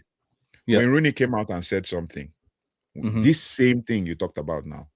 Now, how is Mhm. it that we're going to start a whole? Maybe I'll find that comment. He said, "How can you start a whole project and halfway through the project?" I was surprised that when Rooney said that. That how can Mhm. you start a whole project and halfway through the whole project you cut it short, and then Yeah. you reset again? That is not helpful. Okay, look at it. He said, sacking Amorim was the first mistake. You don't bring in a manager to rebuild a culture and then panic when the results go deep. When the results dip, Manchester United keep restarting the project every 6 months. That's why nothing sticks. Now True. everyone wants Carrick permanently. Fine, but only if the club are actually ready to back him. Don't give him the job just to sack him by November when the pressure comes in. This club needs Fact. stability, not Uh, sentiment. If yeah. United Fact. want a serious long-term reset, Nagelsmann is a top option. Modern, brave, elite technically. Go ahead. Mm. Yeah. So this is what I was saying, and I agree with Kimi on this. It has gotten to a point where I'm not really worried about who's the next manager. Because as you said as well, United talks, there is no point of going even for an elite manager and still the squad is the same. It doesn't make Mm. sense. You can even bring the under 18s coach to this team and he will still look bad. You can bring Ancelotti to this team who gives the players free reign to do what they want. And one time they will still look bad. There is a reason why Carlo Ancelotti left Real Madrid because he saw that the egos are too big. I can't manage all of them. You have someone like Kylian Mbappe fighting with Vinicius, fighting with Jude Bellingham. That's where they need a manager who will come and manage that squad. Now, I've gotten to that point where I'm not even researching about managers anymore because we know the cycle. Get a good manager, restart the rebuild, doesn't work out as Wayne Rooney has said, reset. So United have become a club that even fans are clinging on to hope. That's why you find the likes of Francis, the likes of Dak are coming out because it's like you're trying to tell them not to have good times anymore because the bad times have been too many. Now when it's time to feel good, it's like when you say otherwise, they're like, come on, things are working. The other day I gave this example to someone. You live in a cold house, no windows, no doors. When the winter hits, you keep complaining about flu, about pneumonia.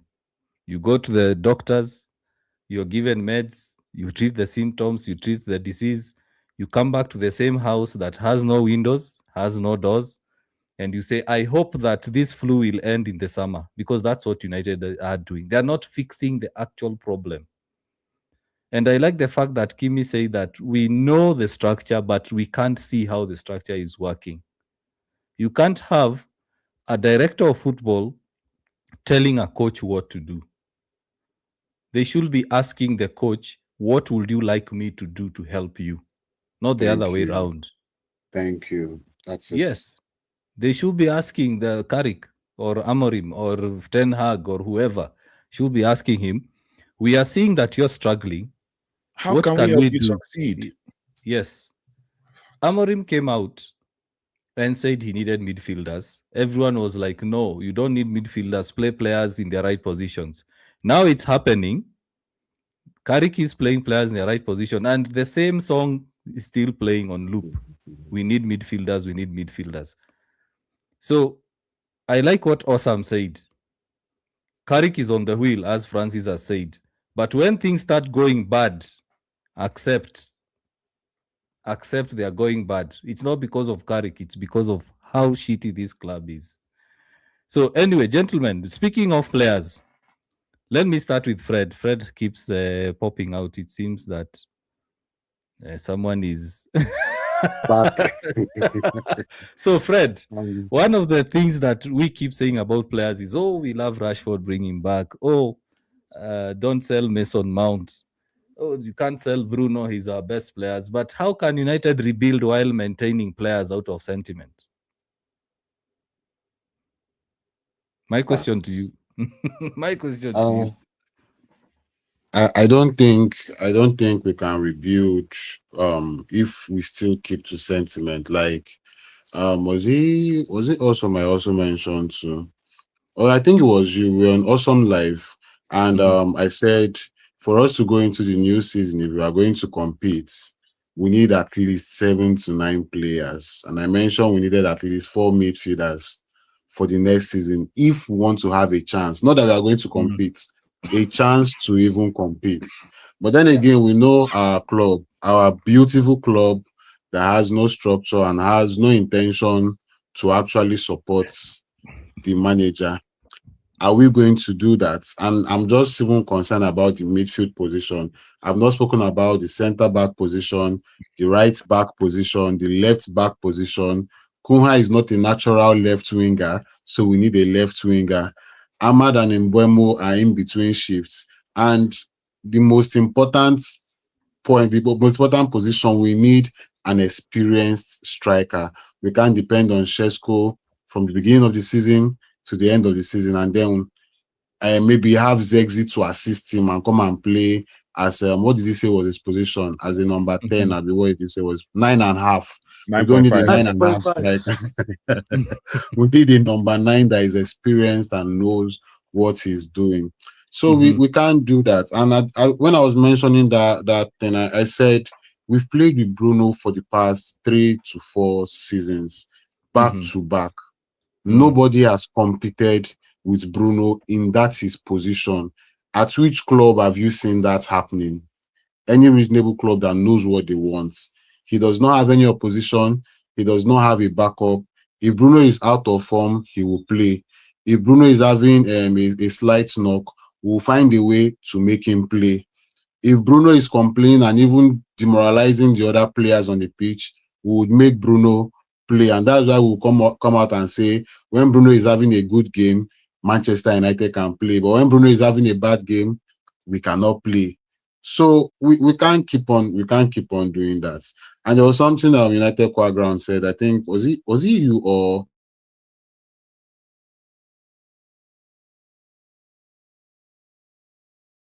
I think his network has shut him up. So Kimi I Abs, you want to jump on it? Talk Sports? You said Okay, go ahead. by the time they leave Manchester United, you will now discover that they are the worst of the worst players. And Garnacho is a very, very typical example. I watched Garnacho against Manchester United.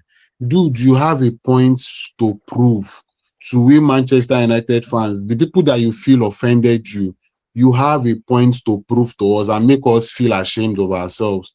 But Garnacho was downright, I wouldn't even say poor. He was beyond poor. He was the worst player on the pitch. You could not beat your man. You could not make an impact. You could not do anything. But this was someone that was supposedly the best player in Manchester United or the best attacker at a point in time. So we can't continue. We can't continue doing that. It's not going to help us. It's not going to help the team grow. And we cannot build if we have that mindset. For us to build, we have to bring in players. And I'm going to use the PSG blueprint, what they did with Luis Enrique. He shipped off Messi, Mbappe, and the rest. Not because they are not good players. They are very, very good technical players. But he knew what he was going for. He knew what he wanted. He wanted a team that would play to his desire. He wanted a team that would actually play the way he wants them to play. And he needed a certain type of players. And they supported him. The club supported him. Everybody supported him. And see, we have PSG finally achieve their UCL dream.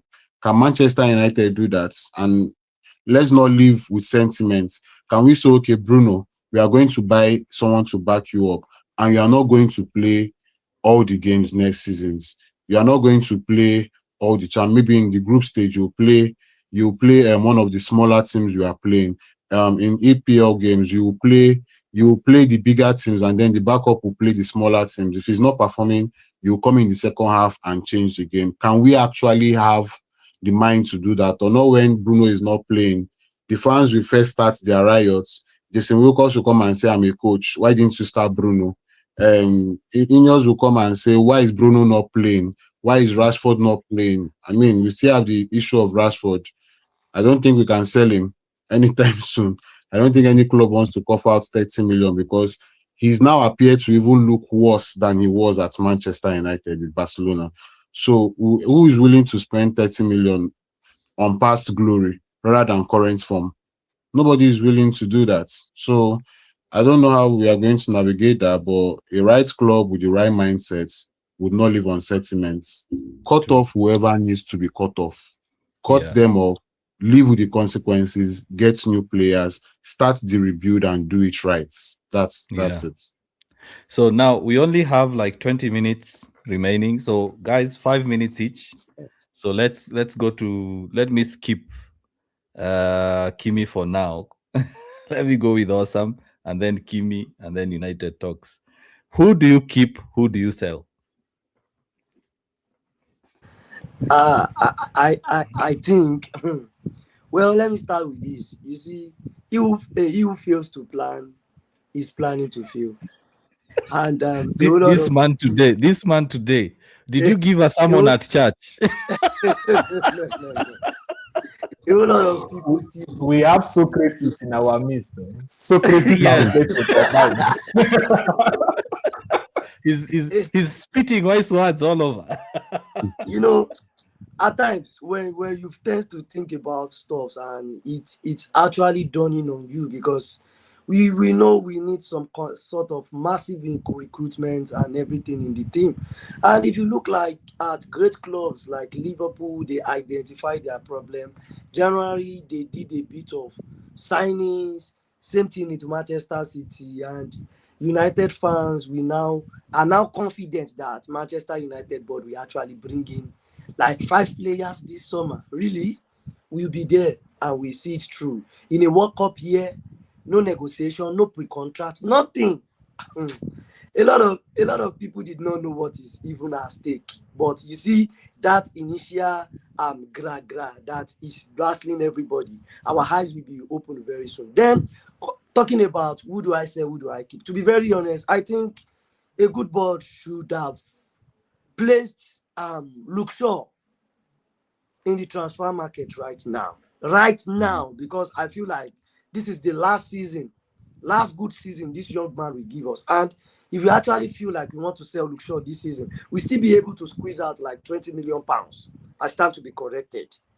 Let that aside. Maguire should also be let out of the team. Let's be honest, because because if you are talking about it, you are letting Casemiro go, but we are actually putting in Maguire without a proper understudy under Casemiro, and you feel like the club will not end up being disastrous next season.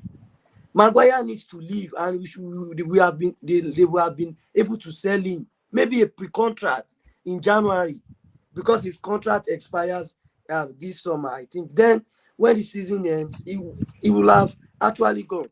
That aside, then who else? I think the next person to leave should be Mason Mount. And one reason, if Amorim was here, Mason Mount will not leave this team. And we fail to realize something. The injury crisis this man was able to manage in this club and to save us a lot of money. Everything is now falling back into place. Everything is falling back.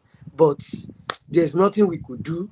And Mount needs to leave, because I think even if Carrick becomes the so-called manager or coach, he's not going to find favor. And the English board will never push for him. They will never be in his favor also. Then who else? I think we have problem asking out Onana out of the team, because if the team makes the Champions League, wages goes back to 100%. And this is one of the reasons why we will not be able to ask out Onana. And Bayinda is leaving. I think Bayinda is leaving. Yeah, he's going to Besiktas. Yeah. Wow. Then Joshua Zexi is leaving also. Malacia contract runs down at the end of the season. Sancho contract runs down at the end of the season. Then who else? I think that is all. Yeah, Nira is saying sell Ahmad too. Sell Ahmad, why? That's Ahmad absolutely unreasonable, man. How you sell They your want best us talent? to sell our Ivorian Messi. No, Our best now. talent. It's our best No, talent. Stop please. it. No. And the debate, the one that has actually become the last debate of the team, the one that Ugarte. I will never say Ugarte. I was waiting for you to mention that, man. I was waiting. Will never say Ugarte. I will never say it. If there is one player I know, if there is one player, sorry to cut you short, if there is one player I know awesome will never touch, is Manuel Ugarte. It's okay. It's okay to loan him for 2 seasons or so, share the wages between that club and Manchester United. This man will come out good. He's just 24. I think he's turning 25 next month. Yeah. He's 25 already. We are going to regret this. We are going to regret this. What if since Newcastle want him, what if United make a proposition to Newcastle like give us Tonali, we'll give you Ugarte on loan? UKG, we still need a proper 6. In as much as we want to go with hybrid 6 in the midfield, we still need a proper 6. United fans don't want to accept this one. It is what it is. They don't want to accept it, and that's why it's so annoying.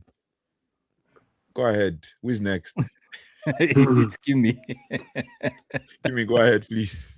You know why I've swapped Kimi and Osam? Yeah. It's because I know Kimi right now will rant. I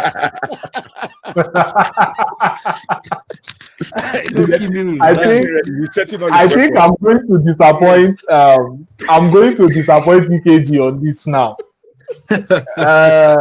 Well, I'm still going to rant a little bit. Yeah. There you go. The truth of the matter is, when it comes to transfers, I have zero faith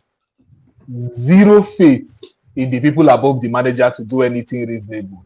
We are going to come back here 12 months and we are going to start complaining.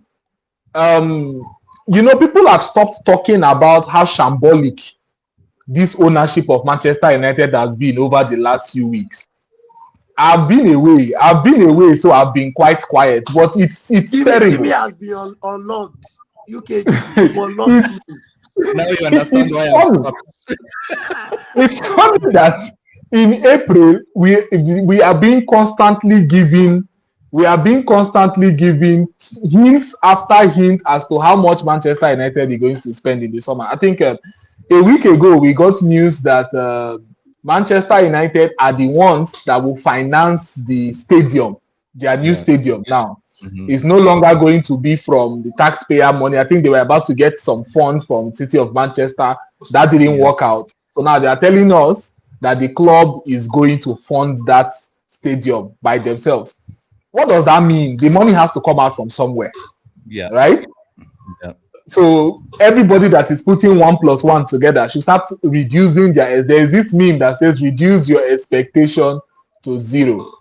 But however, if we are talking about we are playing fantasy football here, we are playing FC26, right? Just manager mode. So let's play the manager mode.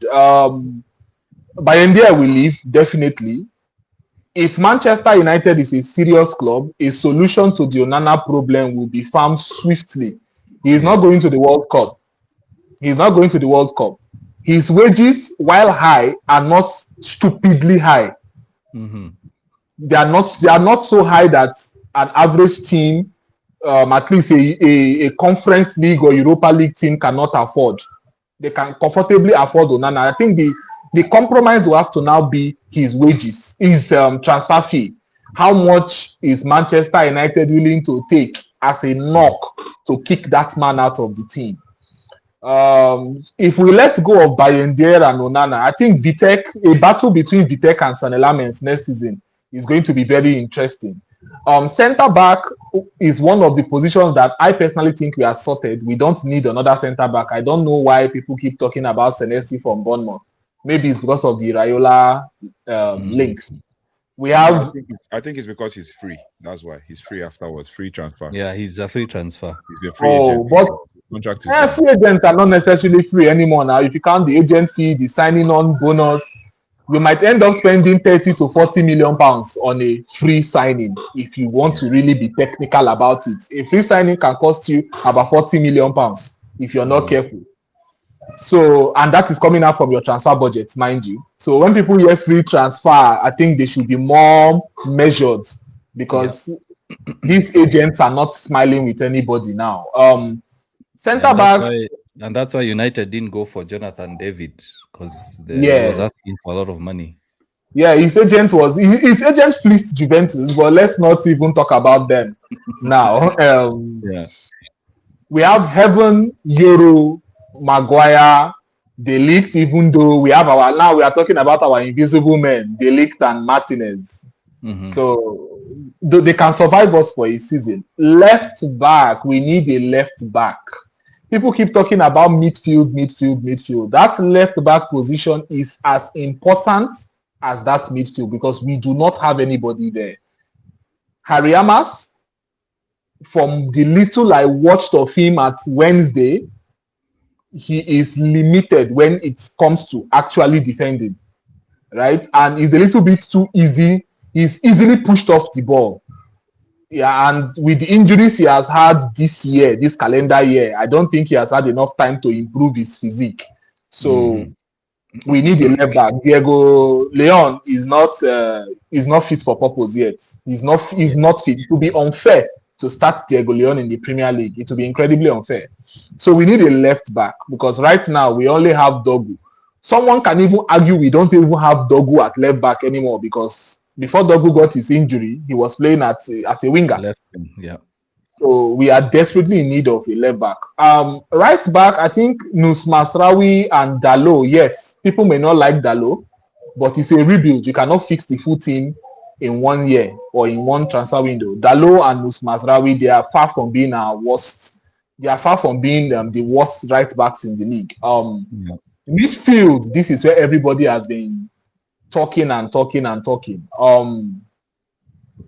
definitely going to be letting go of Casemiro. Obviously, he's leaving.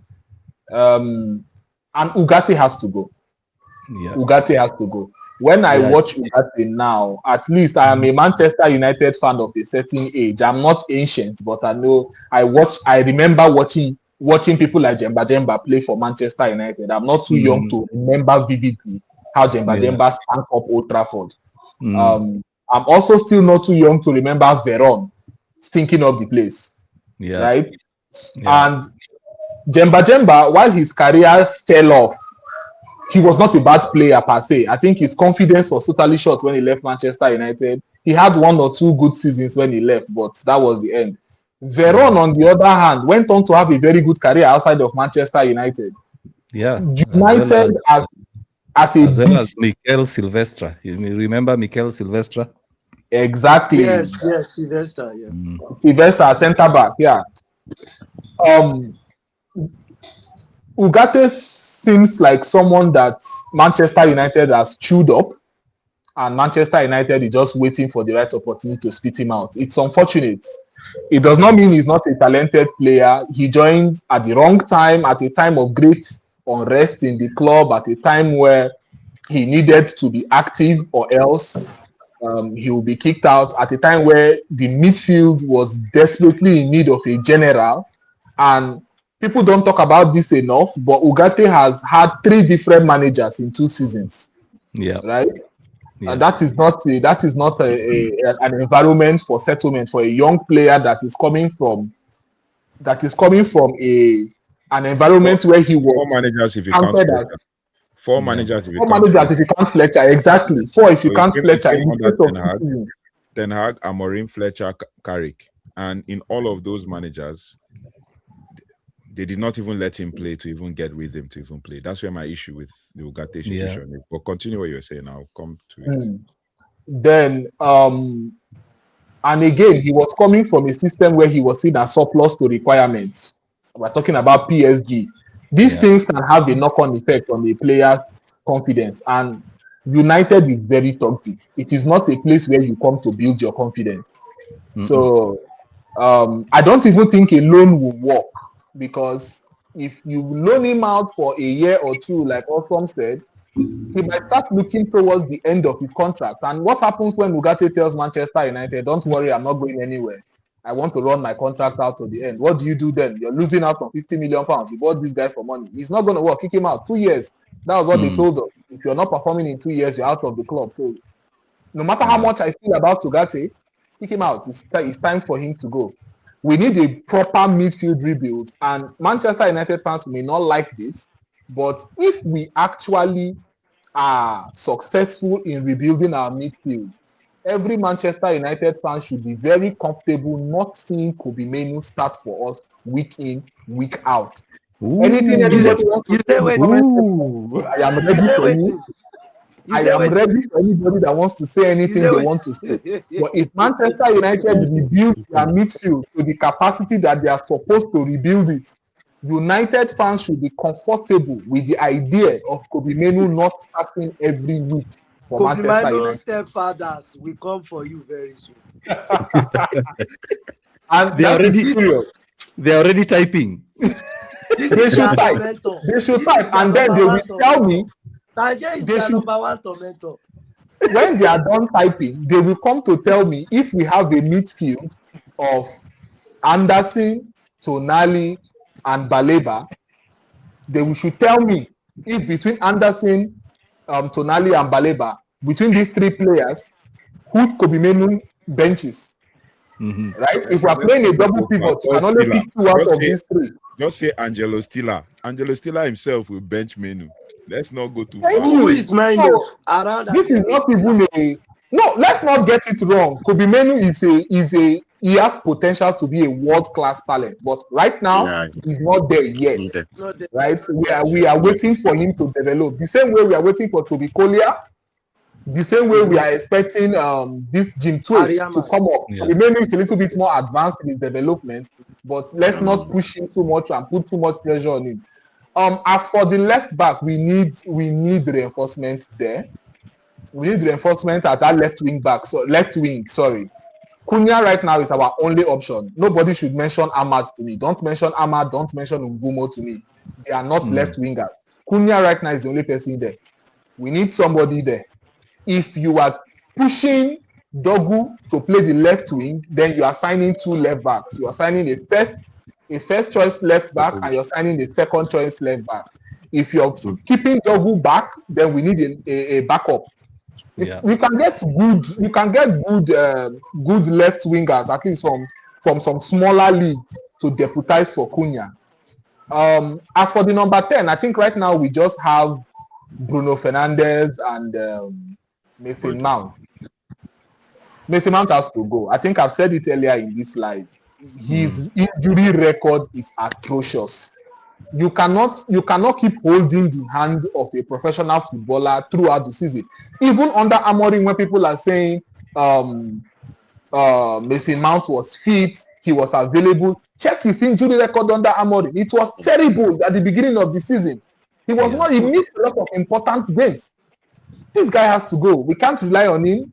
He has to go. Then as for the right wing, we don't need anybody there. We have Mbumo, we have Ahmad, we have Shea Lacey to come in case of the smaller cup matches. We are good there. As for the striking position, Zexi has to go. It has not worked out. I will repeat again. 2 years and you are out. So Zexi has to go. Following the rules that they set, not the rules that I set. The rules they set, 2 years and you're out. So Zexi needs to leave. I think Italian teams will take him back at a heartbeat. I think Juventus, AC Milan, Bologna, they might want to take him. So you can get some good money for him. That's for me. For those going out, I've mentioned all the players that I can imagine leaving the club. As for incomings, I think, unfortunately, we are only going to have to make do with midfielders this summer. Any other person that is expecting Manchester United to bolster the squad outside of the midfield, I think they are mistaken. They are mistaken. This club, from all the noise coming out, we've not heard noise about a left back, we've not heard noise about a left winger. So we now have to pray and hope that Harry Amas can take a big step forward in his development next season for Manchester United. Or we can also hope we can see Mataso from our academy. You know, he can play centre back, right back, and left back. So we can hope that we can see something from him. I mean, even Kukonki can play left back. Yeah. When push comes to shove. So I think next season at that left back for backup, we might be relying more on academy players than we do a new signing. And I don't think these guys at the top will let go of Luke Shaw this summer. So it's a home, but then that's what I have to say about incomings and outgoings. Okay. Now, guys, we are going to forgive Fred. Fred, you're forgiven. Tanjay, for the second show running, is coming in as we are winding down. He wasn't even paying attention to the group on TikTok. I just kept on seeing his video on TikTok, and then the link was sent. I was like, wow. I was just seeing his videos. What is happening? Send Tanjay 2-3 years to Dagestan and forget. I get 3 days Dagestan, forget. We added you to the group. And he's like, he didn't check. Anyway, United Talks. I know you are one of the most detailed person when it comes to stats. I'll try and summarize. Like I agree with most of what has been said. From the goalkeeping department, we have Demont who's still in the bench. He was still in the academy. He's still there as one of the goalkeepers. Tom Heaton is definitely leaving, retiring. Artabander is done, basically. So we have Vitek and Demont to compete with Senna Lamons. We have a lot of games to go around for these 3 goalkeepers. Jogodalo stays. Matthias de Ligt stay for a reason, because he's still young. He's 26, and once he gets past this back injury, he's good. Harry Maguire, they've given him the contract, so I'm not going to say sell. He's here, right? So I see the knowledge, the sense, and wisdom in keeping Maguire is because of the young players, right? Yeah. They see him as the model kind of guy that has passed through the hardest of turmoils when it comes to being pummeled and pounded by the fans, and then he's come here and he's still thrived, and he's picked up form, and he's going to the World Cup and all of those things. So obviously, Harry Maguire stays. Lisandro Martinez, to be able to piss some of these fans up, I think Lisandro Martinez needs to go. Let us call a spade a spade. He's 28. He's very injury prone. He has had an ACL injury, a calf injury, a metatarsal injury, all of those injuries within the time he has been at Man United. We need to let him go. We have tried to make him work at United. He's come, he'll play 3, 4, 5 games, he'll go on injury again. He'll come again, he'll play 3, 4, 5 games. And then for the mere fact that he fought with a manager because he thought he was fit, meanwhile, they rushed him back under Ten Hag, and he was never the same. He needs to go. I don't need those kinds of players in my club. So, done. Lenny Euro, obviously, future, he's 20, he's still got time.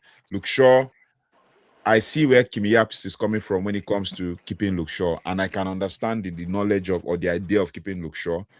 Experience, teach the young guys. The longest servant is Van Gaal, basically, literally, right? And so Luke Shaw, I don't mind. I mean, he'll play bit par next season. He's going to be 31 next season, so he'll play bit par. Aiden Heaven, future, stays.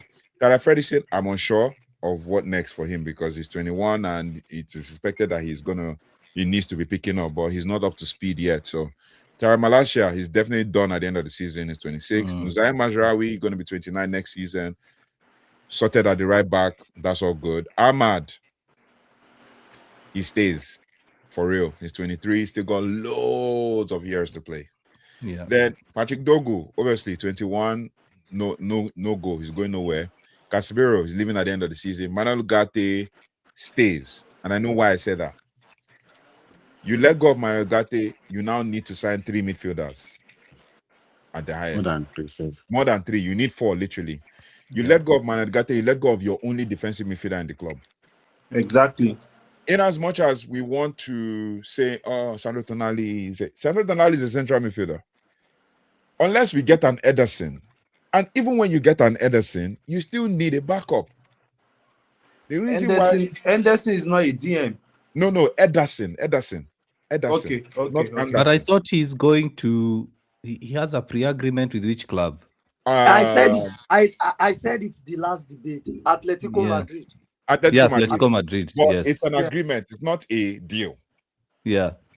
So we should be poaching Ederson because any other player, all the players were linked with our central midfielders. There's no defensive midfielder. So Ederson is, if we are getting Ederson, he will still need a backup. We need 2 central midfielders and 2 defensive midfielders.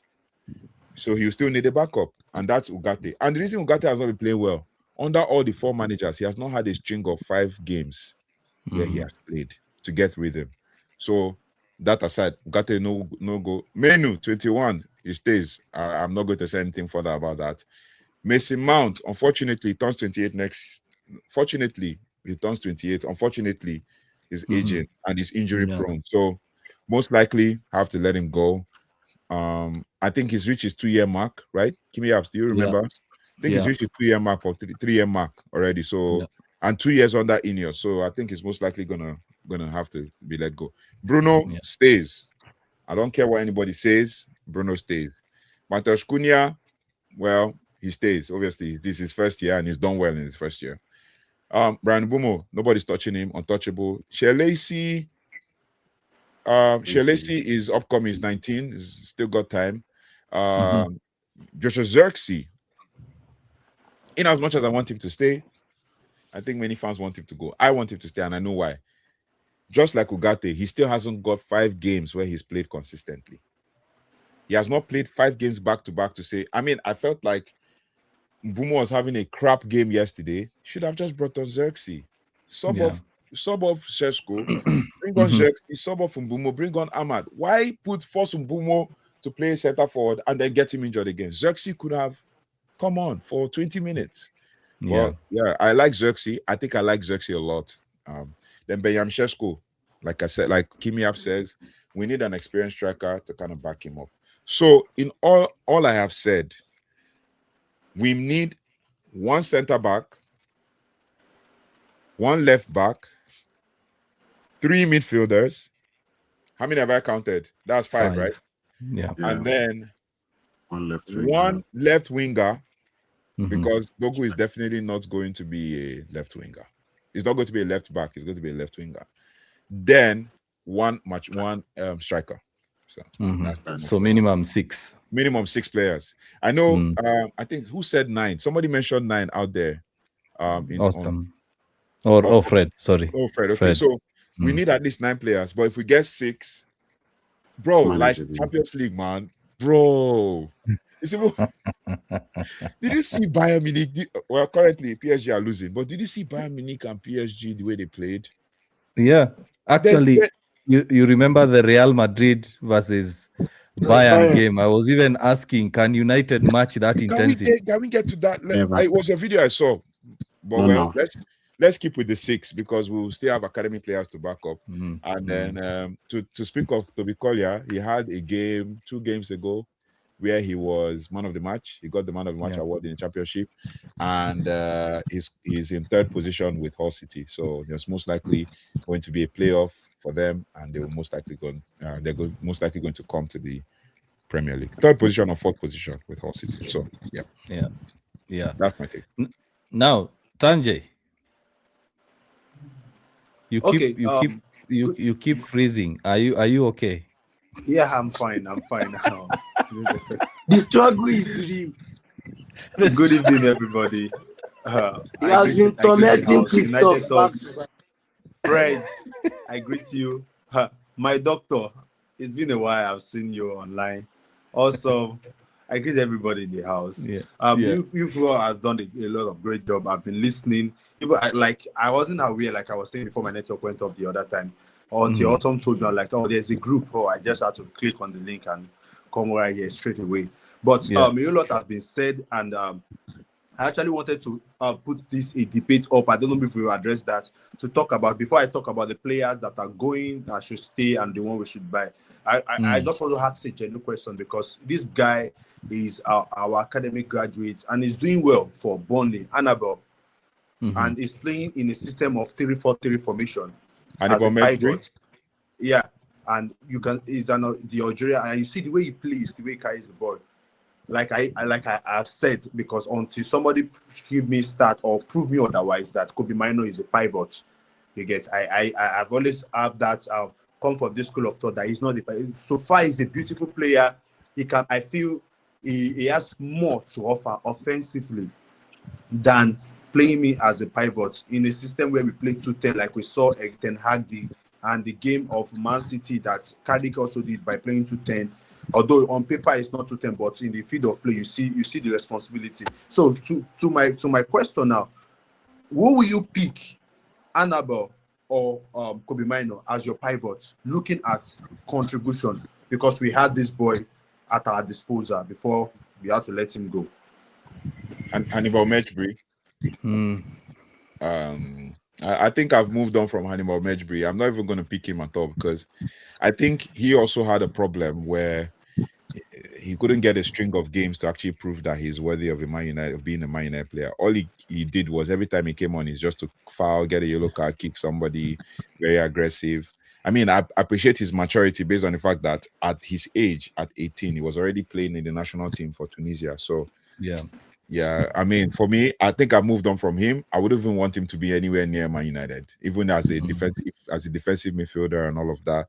This club this club will not allow for him to thrive. So I moved on from Hannibal Mejbri. So that's my take. Yeah, the problem with players like Hannibal Mejbri, Toby Collier, Scott McTominay, now Kobe Mino, is United for the past decade have been going for names instead of profiles. So on paper, I keep saying on paper, United looks good. Like if you line up that squad on paper, it looks good. But when actually you look at the player profiles, there is a complete mismatch. For example, Kobe Mino and Casemiro, it's working, yes, but it's not an ideal profile for a serious Premier League team. The other problem we have at United is the players are very rigid in their positional play. You look at other clubs, they have players that can play across multiple positions. They can be lined up as a left back, for example, but you find them scoring goals. You look at, for example, Man City, you can't really pinpoint where O'Reilly plays. You don't know whether he's a left back, whether he's a CDM, a CM, or a number 10. Exactly. Or a striker. Yeah. So the problem with United is, for example, we say Kobe Mino. I like United Talks analysis of Kobe Mino because he was asking which is his best position, which is his role. Where can he play well? And in my view, based on my own analysis, because Kobe likes roaming free, the only position I can think of a profile that likes roaming free is number 10. Can I add something to what you just said? Because I watched the Chelsea game. Everybody said Kobe Mino did really well. Facts, he did well against Chelsea. But do you know who did all of the defensive work? It was Casemiro. Yeah. We had a Casemiro that was pushing up to the attacking third, and then was the first in the defensive third, especially when it comes to between the two center backs. He made us play as a 3 when he dropped in to center back. So Kobe Mino was not saddled with a lot of defensive responsibilities. He only did interceptions where they want to play a line breaking pass, he slides and try to intercept it. Credit to him for that. But you see that free roaming where he was everywhere and nowhere. That is Kobe Mino. Yeah. The game was also at his pace. Chelsea were not very rapid or anything. It was so he was I love the fact that at some point in the game, it felt like he was dictating play and everything from deep. When Casemiro has defended, before you know it, Casemiro is already up top ahead of him, and he was dictating play. I like that. But yeah, like you just said, it's either a CM that is not box to box or a 10. Yeah. If he's a 10 and he's a CM that is not box to box and not saddled with the defensive responsibility, I'm not saying he's not a good defender. I'm not saying he cannot go into tackle. He's okay. Every player should be able to go into tackles. As a player, I go into tackles, whether I'm a striker, midfielder, attacker, winger, I can go into tackles. I must win the ball. I must try to win the ball, right? So if he can do that, that's fine. But as far as his position goes, could be Menu listed as on this app, he's listed as a DMAM. Yeah. Meanwhile, he is a CM. A CM. And can be an AM, which is fine. Exactly. So long as he's not saddled with the responsibility of defending. Yeah. So and now building on to that, you've echoed what I was saying in point number 2. So Tanja, it becomes difficult to answer that question between Mejri and Kobe Mainu, who should you start, because it comes down to the profile.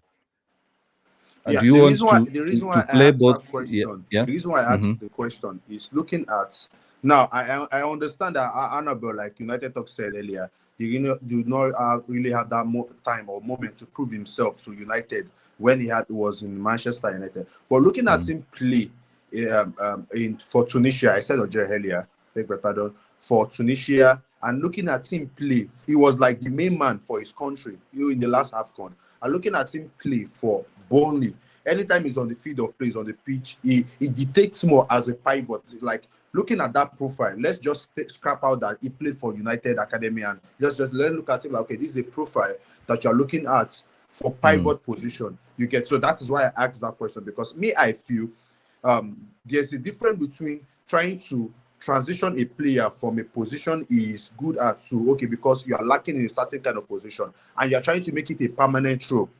You get, if it's for the main time, it makes sense. You know that, okay, till we go to the market and get a replacement to that position, then you can go back to where you are good at.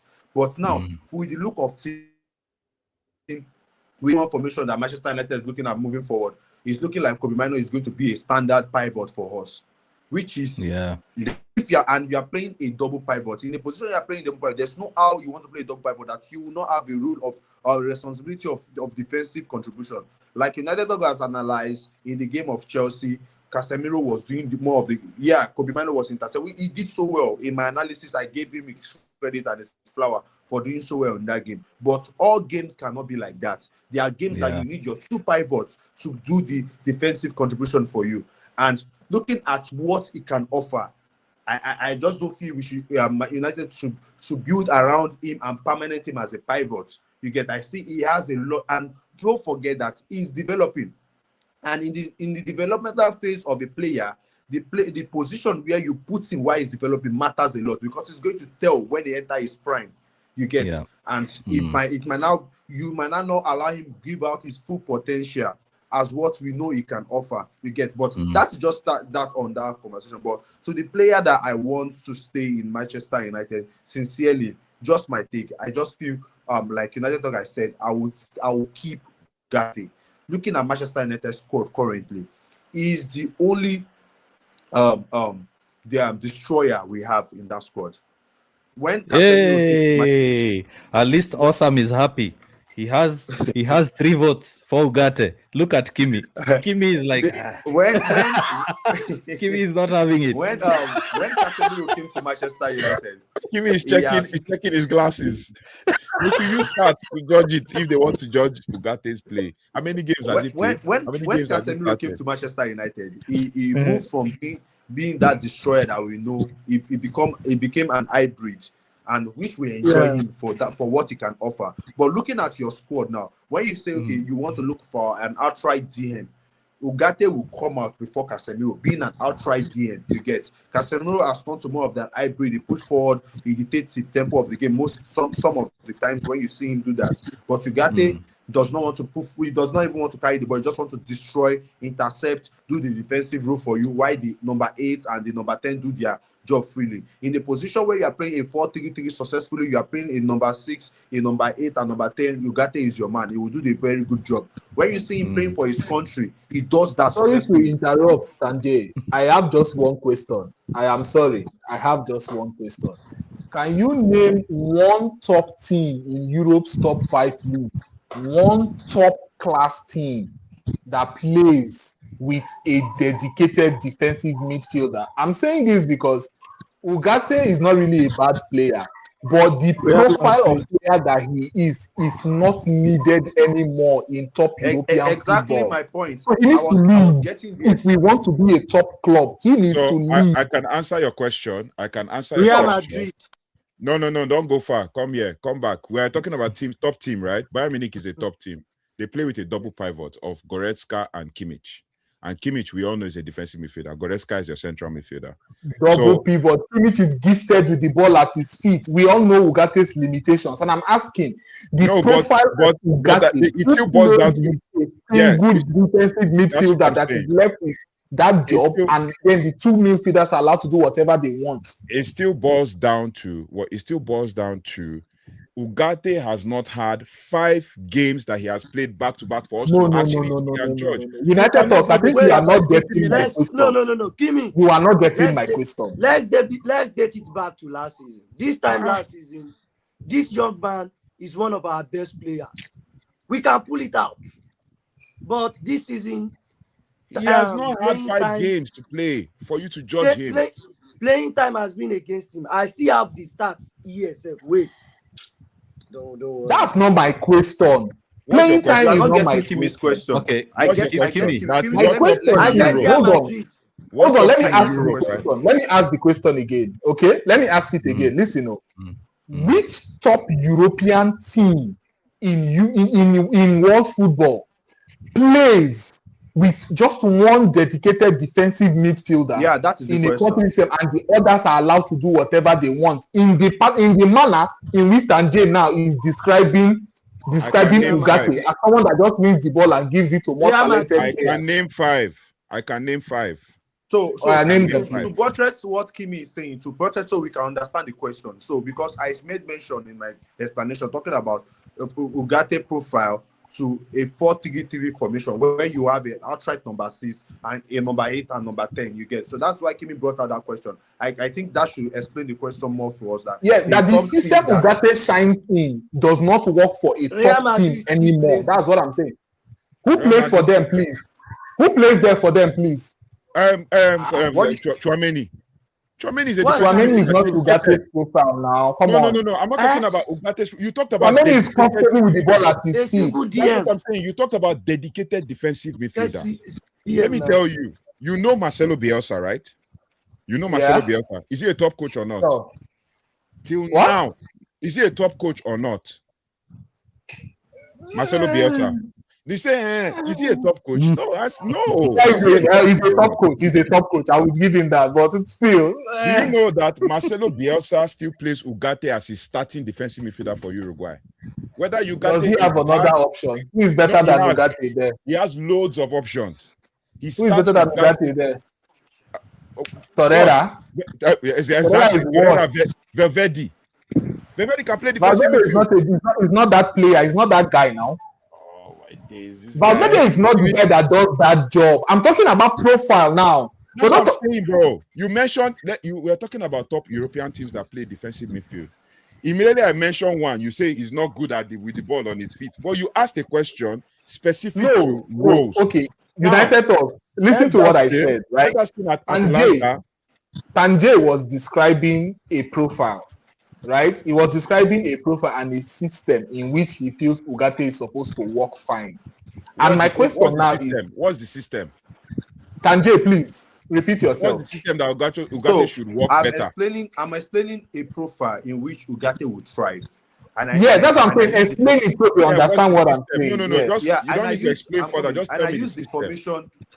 I used the 4-3-3 formation to give an example. Man United doesn't play 4-3-3, so just play. Exactly. Man United. Man United doesn't play going somewhere 4-3-3. with Just that take it out. explanation. We don't play. That's the point United talk. That's why I'm saying he needs to leave. We cannot change our full system Man because of United him. does not play 4-3-3, so don't use that as an example. Use Ugarte needs 4-2-3-1. to leave because where you are at does not play the system in which you flourish. Man United So plays 4-2-3-1. Ugarte plays 4-2-3-1 at Uruguay. He can play it. Kimi, 4-2-3-1 at Uruguay. a player that you are not United giving talks. the playing United time. talks. So Awesome. United talks. We need to understand player something. is bad. We need to understand something. You know these things already. United talks that even in the 4-3-3 formation, even in the 4-2-3-1 formation, the roles are different for all the pivots. The roles for the two pivots is different. So in the 4-2-3-1 formation, you can decide that one of the pivots is the destroyer, and the other you give another role because there are different variety of pivots that we have in the football in the field of play. You get so. Even the fact that I'm using the 4-3-3 formation doesn't mean it's a permanent thing for Ugarte to play. Can I shock you? He's playing the In the last game between England and Uruguay, Manuel Ugarte played in a 4-4-1-1. And got 2 yellow cards, by the way. He got 2 yellow cards, one so-called phantom yellow card. No. He didn't get the second yellow. That's no. Come on, Kimi, come on, stop it. You know He better. didn't get the second yellow. You know better. I'm winding up, don't mind me. I'm winding up awesome. I'm winding up awesome. Now, guess what? Yeah. Can I give my take and round up quick? Yeah, before you round up. He played in that 4-4-1-1, yeah. And in that 4-4-1-1, his partner was Valverde. They both can do the defensive role. So for Ugarte to thrive, in as much as we want to build players around Menu, as many fans want, we need to also build players around Ugarte. God bless you. That is the bias and the for him to thrive. In as much as we want to build players around other. This is the reason why I'm fighting for Ugarte. For 6 years. No player is special. For 6 years, we have been trying to build around Pogba. Do you remember when we were trying to build players Pogba, Rashford, Ugarte deserves this, bro. He has suffered too much. You know why that will really work, United talks, because he's not an academic graduate. No, he's not an English. And he's not an English player. He's not an English player, so it's not work. You know, for Pogba, that is the bias he and was from our academy before we brought him back. No, I think the issue with Ugarte is not marketable. The likes of he doesn't have that marketing, that flashiness. Let's go. Okay, may I now jump in? Jump in, bro. Jump in. Let me now jump in. I was actually going through my notes. I did an analysis of midfielders' potential signings, and I did a whole bit about Ugarte. I was just looking at my notes, making sure that everything is okay. Now, both Tanjay, Kimi, as well as United Talks, everyone is correct with their view. Ugarte has suffered from less match time. At the same time, Ugarte has not performed the way we know Ugarte can perform. But we have to understand the root cause of why Ugarte is not performing. Other than not having enough minutes to play, it all boils down to how United set up their double pivot. And based on the research I did, the double pivot United plays is a hybrid one. It does not require a sitting CDM. Yeah. It requires a ball-playing CDM like Casemiro. But Ugarte is not Casemiro. You see. Now, you look at the profile mix. Kobe Mainu, we are not sure whether he's a CM, DM, CAM. We are not sure. So when you pair him with a ball winner, the ball winner needs someone to come short, collect the ball, run with it. I'll give a very good example of how Ugarte can work if United sign this one player. I'll draw an example of Sangare and Elliot Anderson. Wow, that's true. Bro, this is deep, man. That would be so swift. Especially Elliot Anderson, bro. Yes, you see now Sangare is Ugarte. He's just a destroyer. He just destroys. He's not even caring about passing ball progression. His job is just to destroy Elliot Anderson. What does he do? He comes short, helps Sangare, then they progress play. So if you pair someone like Ugarte and someone like Elliot Anderson, or Ugarte and someone like even Stiller, it could work. But Yeah, now Stiller. it also comes down to how United are set up.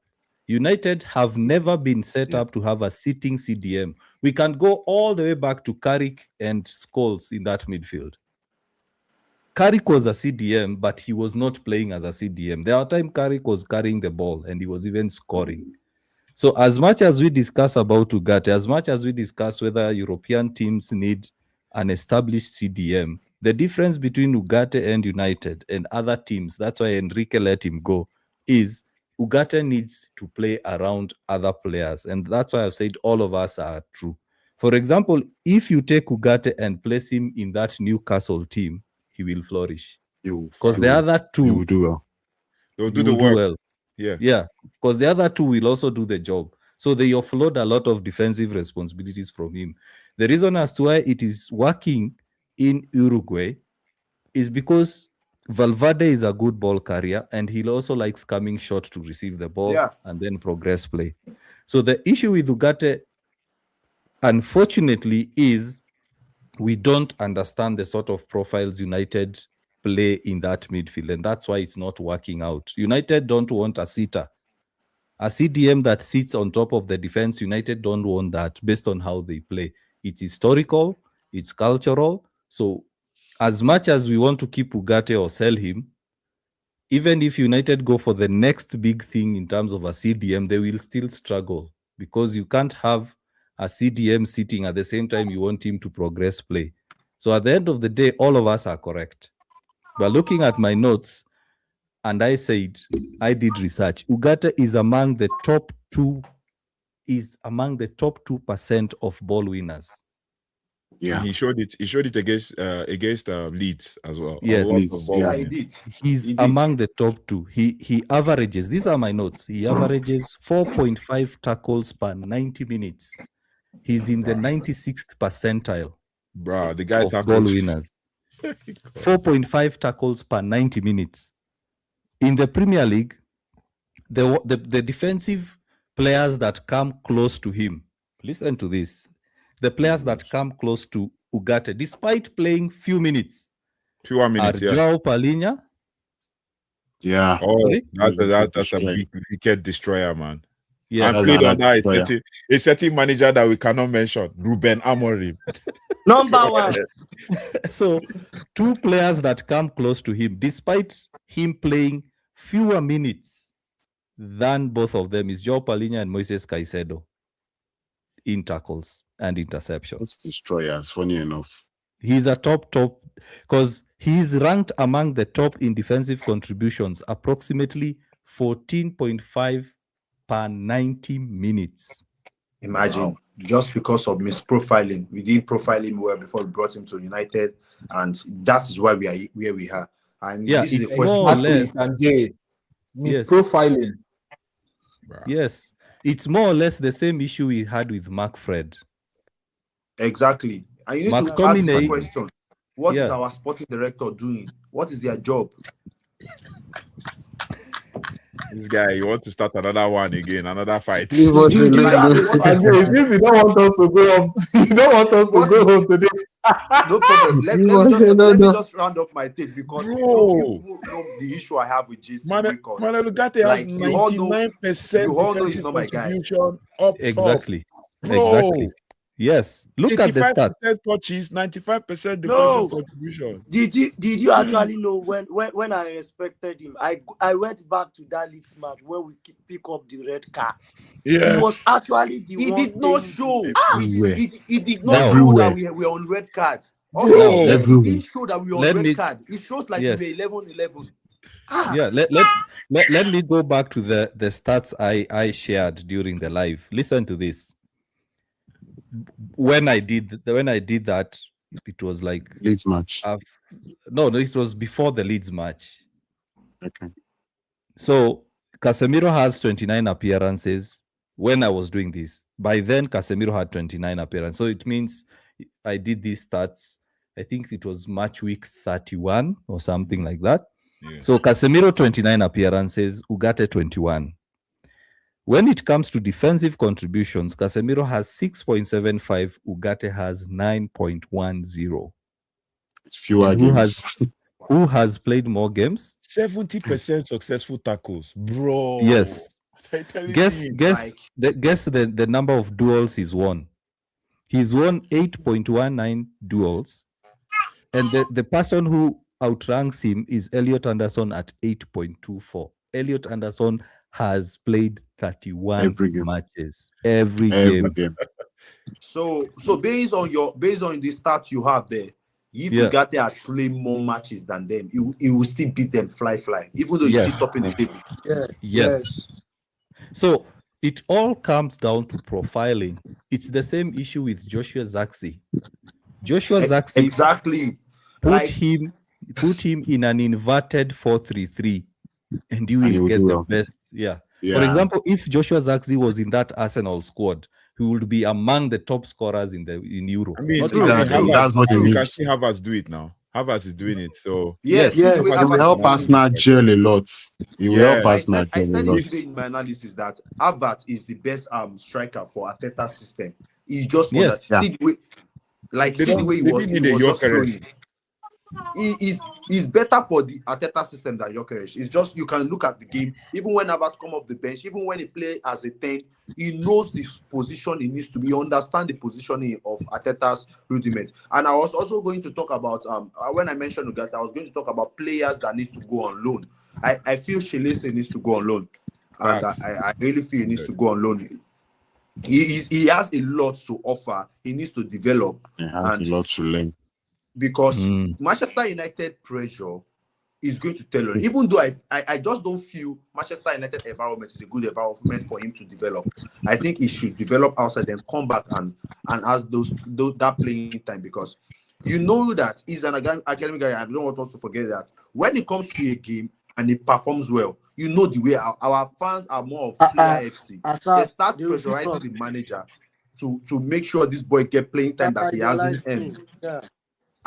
And this is where we are at Manchester United right now.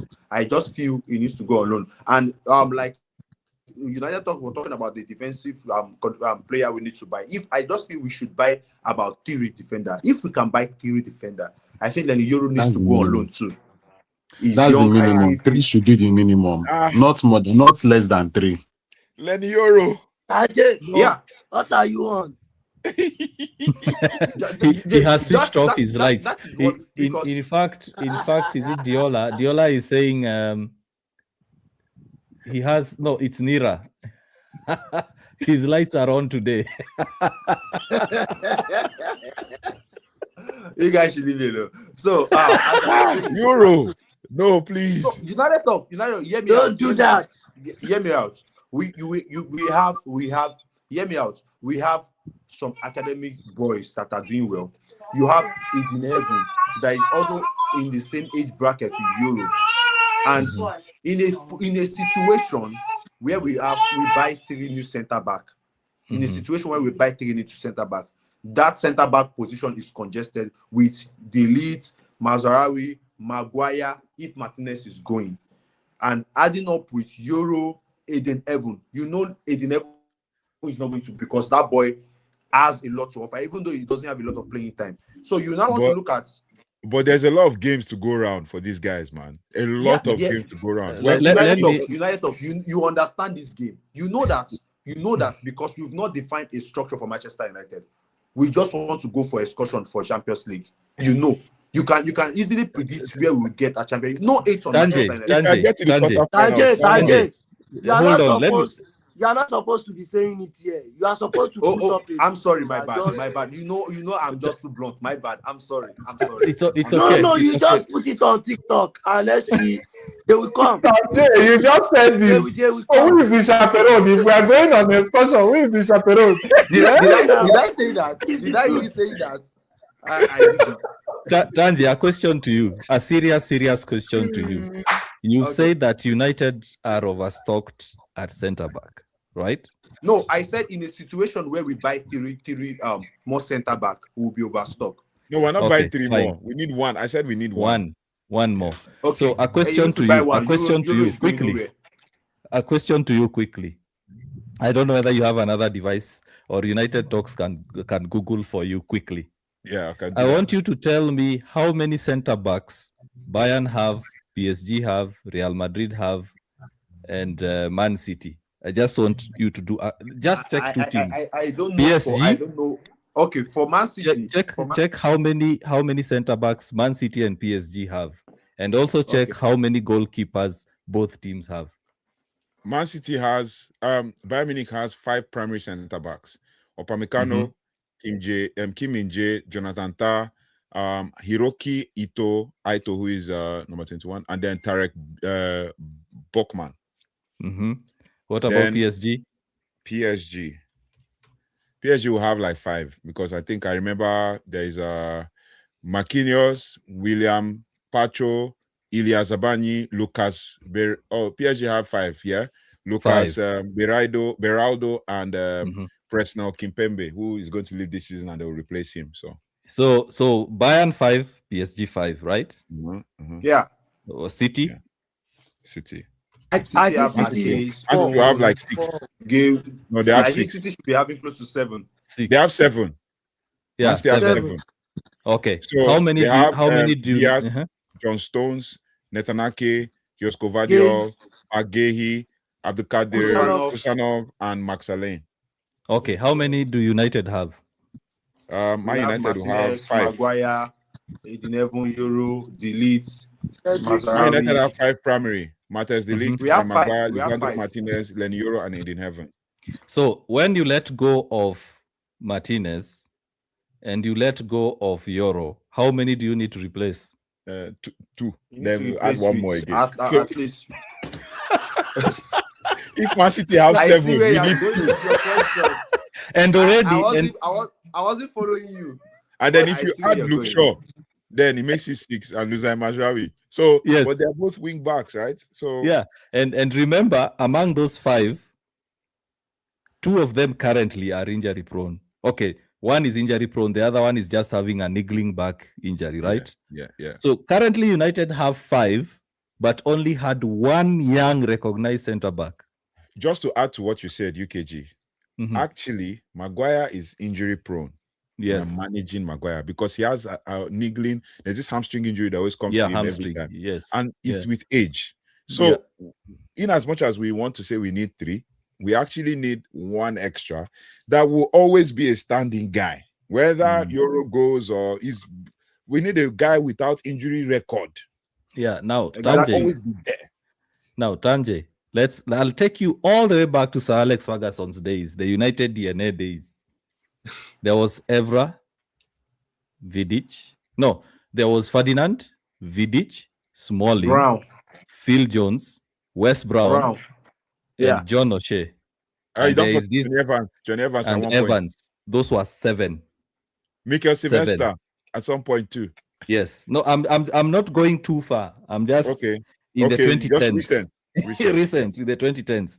7 of them. Of those 7, what would happen when one gets injured? There is always somebody. There is always somebody. And you don't even want to, like when you hear them talk, they don't want to even get injured, because when you go out for a long time, you are replaced. You have to now earn that right to bench the other person. And just to add to what you said, UKG, when we had Ferdinand and Vidic at some point, we had 2 players that were upcoming that were ready to fill in. We had a Smalling and a Johnny Evans at one point. And we had Phil Jones and Chris Smalling at one point as well as a pairing. Yeah. We also had the current informed Michael Keane at Everton at one point in the ranks. Yeah. Right. So it's like then if we went during the 2007-2008 season, we had a Wes Brown who was playing right back because there was no spot for him in centre back. So it's like, bro. So now the question I wanted to ask Tanjay was, right now United have 5 senior centre backs. 5. All of a sudden, they only have 1.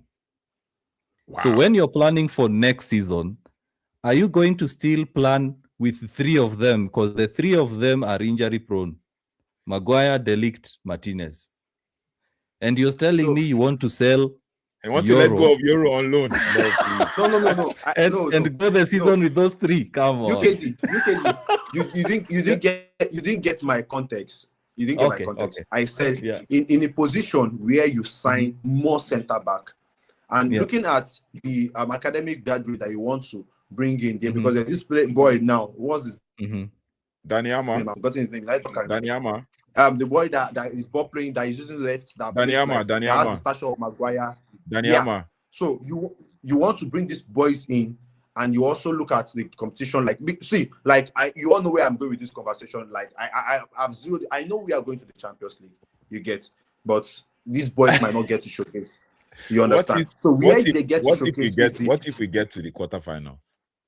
Okay, amen. I'll be the most happiest man, the happiest United fan to celebrate that we get to the quarterfinal. Can I shock you, Tanjay? Can I shock you? I love to be shocked. Do you know that Enrique prefers to play the youngsters in Champions League and not the experienced players? But Enrique is not going to be our manager. You all No, know. I'm not saying Enrique being our manager. I'm just giving you context in terms of why Enrique prefers to play the young players in Champions League and plays the senior players in the league. It's because the young players will be very aggressive compared to the experienced players. That's one. Yeah. Number two. True. Number two, when you have an asset like Euro, I do agree that there are some games he will sit on the bench. But you're looking at two centre backs, a centre back pairing that may end up being a Gabriel and what's the other guy's name? Now, another The Arsenal reason centre for back. me to Saliba. have suggested Saliba Yes, and Saliba. Magalhaes, they're both And Gabriel. Another Magalhaes, reason. yes. Another So you reason need for me have you suggested need that. to now, when you're going to replace centre backs, sorry to cut you short, when you're going to replace centre backs, you go for someone like Murillo. Oh, You see, good call. that's Good the call. now the that's the person you call. go for, so True. that he's not old, he's not young, he's at his prime, and someone like Euro and Heaven can actually compete with him.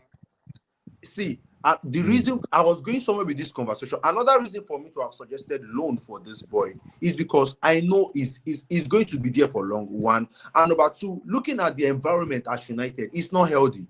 The way the criticism they are giving to young lads, forgetting that these players are developing, they are meant to make mistakes. So you want to put That's them. why you have Maguire. That's why you have Maguire. Maguire help them. You get where I'm going now. Maguire help them. You now have people like the name you mentioned now that you can learn from, which is very fantastic. But now you now have to look at the fan base. Our fan base currently, we are very toxic because a young boy that is even helping a situation. One of the reasons why this our fan base love Kobe Mino so much was because at that point we were starving in that position, and it was like our rescue. We had to just pick him from academy, and he came to prove himself, and everybody fell in love with him.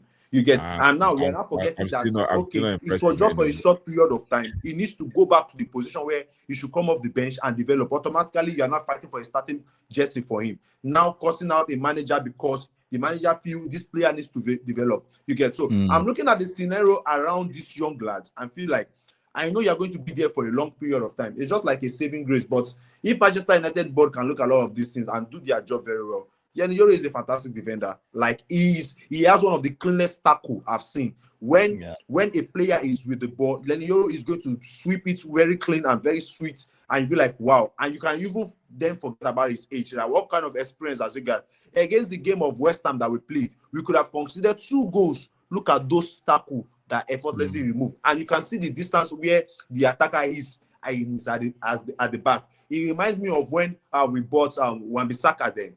Those clean tackle that Wan-Bissaka gives, you get, and we want to look at that and feel like, okay, what else does he offer except from tackle? And you're forgetting his age, but he's a player that I really want to see develop and to become one of his to get his primary right in Manchester United. And I would love to see him develop, but I still feel Manchester United still need to sign a lot of some defensive defenders so that this player can learn from and actually develop properly. But in a situation when you are throwing these boys to start games for you, boys that should come up and get 15, 20 minutes and feel like they've earned the right to even start, but in a situation where you have no choice, that you just have to start them, and it's coming up often, you get. It's not a good situation for this young player to develop. Can I tell you where the rain started beating United? United were signing poor players. When an academy player comes in and plays well, he becomes now the savior. Anthony Martial and Rashford. That's where the rain started beating United. Because United back then were not signing good players. McTominay comes in. Ooh, this boy is good. He needs to keep playing. Exactly. You see?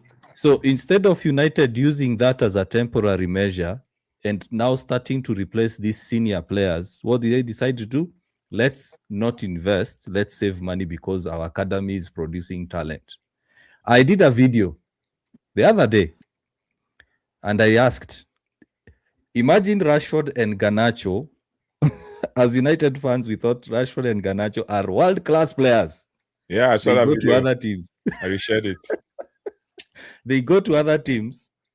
They look average. What about the rest of the United squad? The only player that will not look average is Bruno Fernandes. Bruno Fernandes. Do you want to tell me right now we are saying don't sell Ahmad? You want to tell me if Ahmad, plug in Ahmad to, let's say, the City squad or the Real Madrid squad? Ahmad might turn up. Ahmad might turn up. Turn up. He's the kind of guy that Pep likes. Ahmad is the kind of guy exactly, that Pep yeah. But you see, the mere fact that you say he might, you're using the word may. Because now now just to clarify, Ahmad is not an academic graduate, so yes, he's out of the equation. Yeah, we were talking of academic graduates, right? Graduates, yes. Yeah, Garnacho has been. In fact, the only academic graduate that has turned up is McTominay. But it's not that he has turned up. It's that McTominay is doing what McTominay does normally, right? Yeah, exactly. So it's not like he has turned up. That's McTominay. Chelsea. We've always known he's capable of doing that. I mean, you remember the world-class goal he scored from the middle of the pitch against Manchester City in COVID times, bro. Like that is like McTominay for you. I mean, yeah. But now you see the problem. The problem is you look at a team like City. They have Foden, right? Foden and Mainu have had the same pathway towards first team. Mainu came into the first team. Foden came into the first team. What happened between both? Foden was playing fewer games than Kobe Mainu. Now look at both players right now. Foden is not performing well. He's benched. And he's okay with that. And when he comes on, he performs well. But what did City do? They still didn't depend on Foden, saying that he's our academic graduate. There was a time he's good, he'll become good. They signed players. They signed players. So James McCarthy. So hard to your context. So hard to what you're saying. Foden won the PFA player that season that he was banking goal. If it was Manchester United, they would have drew a protest that why that player should be an automatic starter. You get what I'm saying? At some point, talking about our academic graduate, at some point I was ashamed to see that. So even come out to say that Garnacho was one of our the way he performed yesterday when we were playing Chelsea, it's even selling the academy. It's giving the academy a bad image. That I feel like Garnacho was scared. I think he was scared. Just facing Man United alone, he got I think the phobia too was everything there. Just facing Man United alone, and then considering the fact that before the game there was this regretful thing he was doing on social media in the interview, so he was already regretting. So I can understand that. Like once you get to that point, it's going to be really scary for you. So United talk. The prodigal son is now contemplating. He's not returning back anything. Fans will not like him. Unfortunately, this is not a story. United fans will take him back 100%. Don't underestimate these people. United fans will take him back in a heartbeat. Don't underestimate United. You can see that the players had, like, let me just give you, even Mbumo understood what was going on and still challenged Garnacho on that day. Even Mbumo, just to tell you that, like, we knew. And for him to now start in retrospect saying, I think I did some bad things when I was, bro, we were telling you, everybody was telling you, but Ronaldo regen, what, he's not even lived up to what Ronaldo did at age 21. Do you know, I watched a compilation of Rashford done by a Barcelona fan. It had like 7 one-on-ones the guy has missed. Yeah, true. That is why they are mad at him. like 7 of them. And you can look at the standards that Barcelona have, the expectations they have on their players. Like, this guy has missed a good chance. They are already telling Flick, sub this guy. But for us, because Rashford scored versus PSG in a Yeah. in a in a He's our best qualifier player. or something, he's our best player. The one of the things that infuriates me with a lot of fans is not accepting that these players have expiry dates. There'll come a time where they won't be good anymore. And that's why I said in my video, and I got hammered for it, I said, if someone right now comes with like 100 million for Bruno at 31 years old, my friend, I wouldn't think twice. I wouldn't think twice. You sell him because 100 million for a 30-year plus old guy. Sell. But another thing again is that whether 30 years or not 30 years, as he is right now, he's going to deliver wherever he goes. Bruno is just that Wherever guy. he is, wherever Like he is. yesterday it looked like we had nothing, no outlet. Bro came to that right wing to show Mbumo and Dalo that this is how you do it. You cross the ball. This is how to and he put the created ball the second in the chance. box 16. Similar to that first one that he created for Cunha, and we didn't finish that. United talks. So add to what you're saying in that yesterday game and the first time, I guess you were saying the conversation in the group. You can see at some point Bruno was dropping deep to that central mid. I said Bruno is not. You cannot misprofile Bruno. Forget all those guys that come out and say, "Oh, this is that." You mentioned Amorim, da. Bruno, you cannot misprofile him. He does. Oh God, Leeds United, everything. And I'm tired. Do you know what? UKG, I don't talk again because I get tired, and because these guys would me that I'm seeing things like I see things from an analytical perspective. So I will not come and allow someone to trigger me because of what I'm seeing with my own eyes. You want to come and gaslight me to let me know that Bruno is misprofiled. He plays more expressive in his number 10. When he's somebody that will come deep and play a long pass and it will be an assist. United talk. If you want to see the worst of Bruno, as a manager, just give him the instruction that you just stay within that number 10 row. Don't drop him. Bruno will be so bad. I don't know whether instruction that don't move freely, just stay within that number 10 position and do the number 10 work. It will be so bad. Bruno, I don't know. I don't know whether you guys watched my live last night. Even in Portugal. Yeah, I think we did. Yeah, I did. You did. Watch it. Do you remember me asking? I did a bit. Do you remember me? Yeah. It was as if yesterday. Some people triggered you. Yeah. I thought that you were in the living room. Actually, I even switched to Swahili because it's like English was too difficult for guys to understand. I was there in the TikTok live, right? Yes. Yeah, I was there. I asked the guys who are commenting. I asked them, you keep saying that Bruno has been misprofiled or he was being played out of position. I asked them, who told you? Because this is something that someone told you. You started riding with it. Yep. I asked them, when Bruno was at Sampdoria and when he was playing for Amorim at Sporting, which position was he playing? No one could answer. I asked them, why does Bruno put on the number 8 shirt and has the number 8 tattooed on his arm? Exactly. Nobody one knows the story behind that number 8. That is true. I told them Bruno has always been a number 8. But when Ruben Amorim changed the formation to the 3-4-3 and started playing Bruno as one of the 10s, immediately it clicked for him. And when United were signing him, they signed him as a number 10. So, of course, he has always been a number 8. The other day I asked someone, Modric. When Modric started playing, what was his position? Any one of you knows? I think Modric was a number 8. No, actually number 10. Modric was a number 10. Number 10. Was a number 10. But where did his best... number 10 for Spurs at the time? Yes. Spurs. And then what happened when he went to Real? Spurs. Before he came to Spurs. He came to Spurs. Yes. Yeah, I mean, in Spurs, where everybody started seeing him more, he was at number 10. Yes. So one of the things that fans do, I've noticed this a lot, and the reason as to why I'm always triggered is someone will come to you with a high chest on a high horse, try to show you like you don't know. Yeah, it's like you don't know anything, and they haven't done research. UKG. They haven't done research. They don't know anything. UKG, can I shock you? Yeah. You know that. UKG, if you show You know them, what position does Bernardo they- Silva play? What position does Bernardo Silva play? Bernardo I was Silva going has. to ask you that question. Yeah, I'll tell you. I know you have reading my Just mind. tell me, where does Bernardo Silva play? For me, Yeah. the way I know Bernardo Silva, he plays as the right-sided midfielder in a midfield three. And even from his Monaco days, right? Yeah.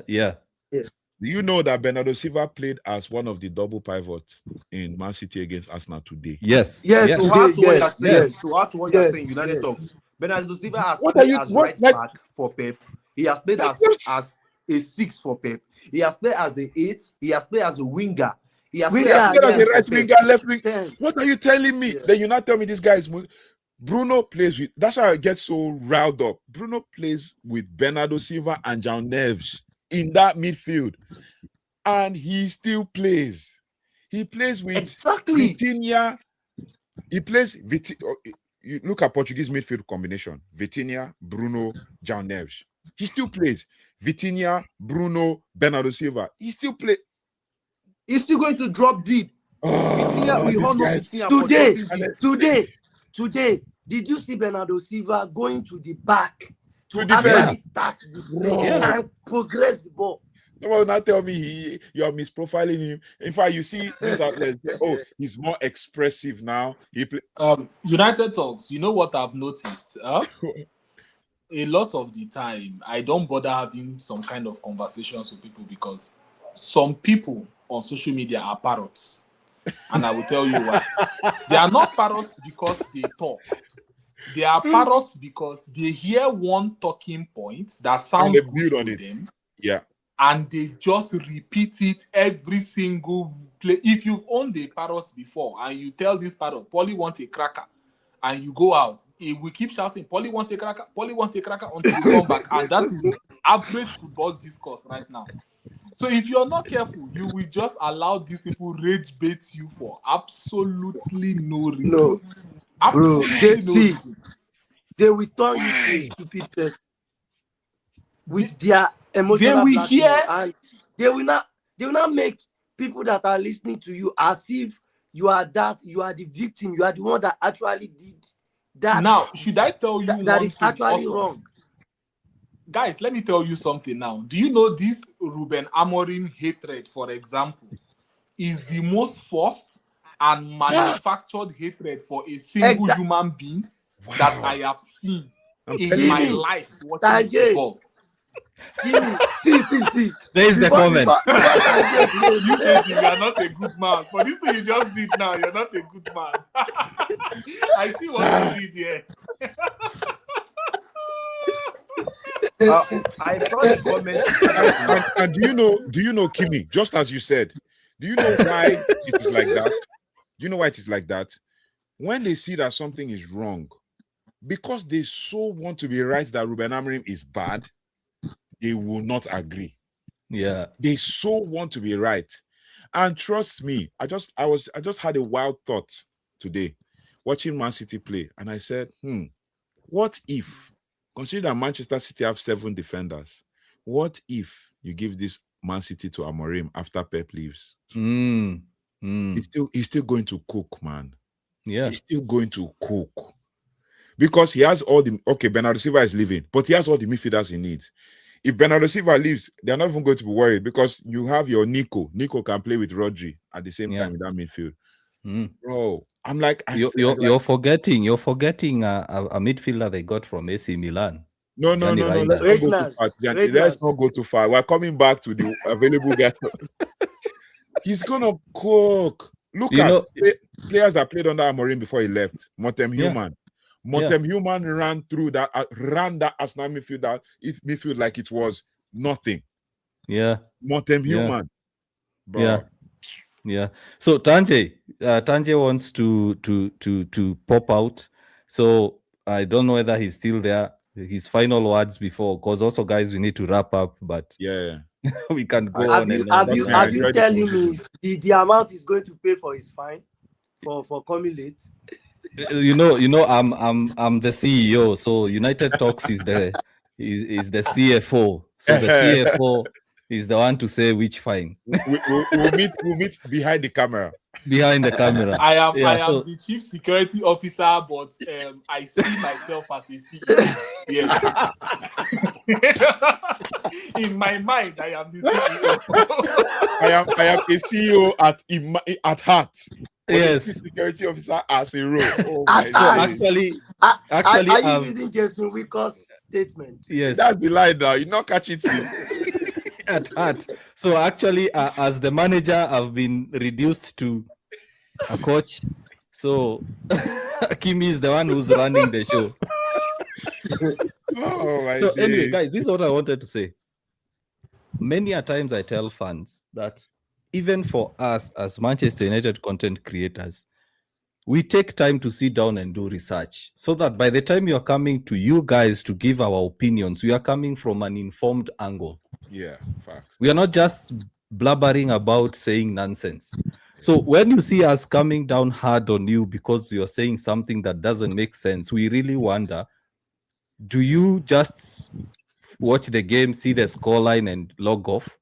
Because some of the things that pop out, you clearly see that's not someone's mind speaking out. They, as Kimi has said, they hear someone's opinion.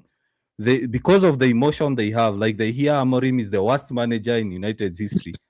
The other day, is it our first debate or second debate where I asked, and United Talks, you responded. I asked, between Busby and Ferguson, what happened? Oh, yeah. You remember that? They don't like that. I put They that don't comment. like that. That video you posted, when you posted that video, they didn't like it. Yes. They came at me and they said, oh, he's reading. Bro, where am I supposed to read it from? From my research. And the same person who's saying you're reading went to school and did research and did their project from research. Oh my days. So one of the things I want to say so that all of us can wrap up, I'll give each one of you a minute or two to wrap up. One thing I will say is we did not set up these platforms to misinform you guys. We did not set up these platforms to tune to your emotions to get followers. I keep saying, actually today we've hit 10,000 followers on TikTok. Wow. Big up. That's a big win. So if I wanted to have 1.3, 1.5 million followers, I would have been tuning to your emotion. Facts. I come and I agree with you that Amorim was bad. I come, I say, oh, Carrick is the best. I just research and see what guys are saying online and I come and sell that to you. Yeah. The other day I was telling a friend of mine, he's called Joro. He shared with me the link about Goldbridge selling his channels to Gary Neville.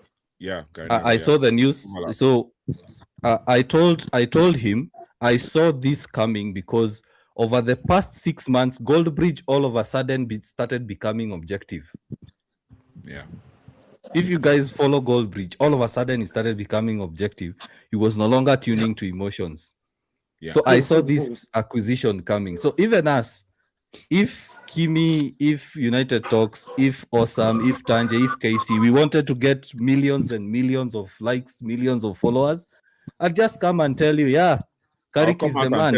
I'll come out and tell you, let me call somebody else. I'll come out and tell you, Liam Rosen has opened my eyes. Yeah. So Nira says the eyes has been closed back. Yeah, so Nira says that he has exams tomorrow. Yeah, I saw that. Yeah. So Nira, thanks for staying on, man. Yeah, thanks. So he's always staying on. Yeah. So let's start with the CEO at heart, and then we go to Awesome, and then we go to United Talks. We end this 1 minute each, please.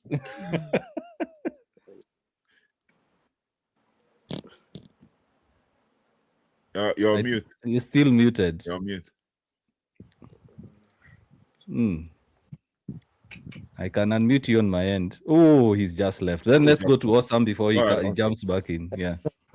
You know, the discussion is always nice to be here every time, and you learn we learn. And I do say this, good analysis and fact doesn't care about your opinion. And I do say it every time. I will never come out to put out a video or tell you whatever you want to hear. I will always nail it and put it the way it has to be. But it's actually been a great Sunday. Seeing Arsenal being defeated by City, then ending it with a good the big debate. And it's nice because I have a whole lot of Arsenal fans that have been my tormentor before Ruben Amorim left. And I used to tell them that if you are still living, you don't know the kind of death that will actually end. So this is the reason why I'm happy. Well, it is what it is. Thank you. It's another wonderful section, to be very honest. Come on now. Say it. We are waiting for the What do I punchline. know? What do I know? There you go. Okay, let's go to see you at heart. Then United Talks will end it. Okay. Thank you, guys. This has been a very entertaining session. 3 hours plus. We've been having very wonderful and educative conversations. I will still want everybody connected to Manchester United. I'm going to end with this, and it's something I always like to remind people. These Glazers running your club, they are not good people. Don't be deceived by Champions League football. Don't be deceived by promise of a new stadium. Don't be deceived by trophies. Continue standing on business, reminding them of who they actually are. Don't act like you've forgotten, or else you are going to reap the rewards at the end of the transfer window. I'm telling every Manchester United fan. I think that's all I'm going to say to close up. Yeah. Awesome. Yeah. From my own end, I've really enjoyed it. I've laughed the hardest because the truth is, I've laughed, I've been triggered, I've enjoyed conversations.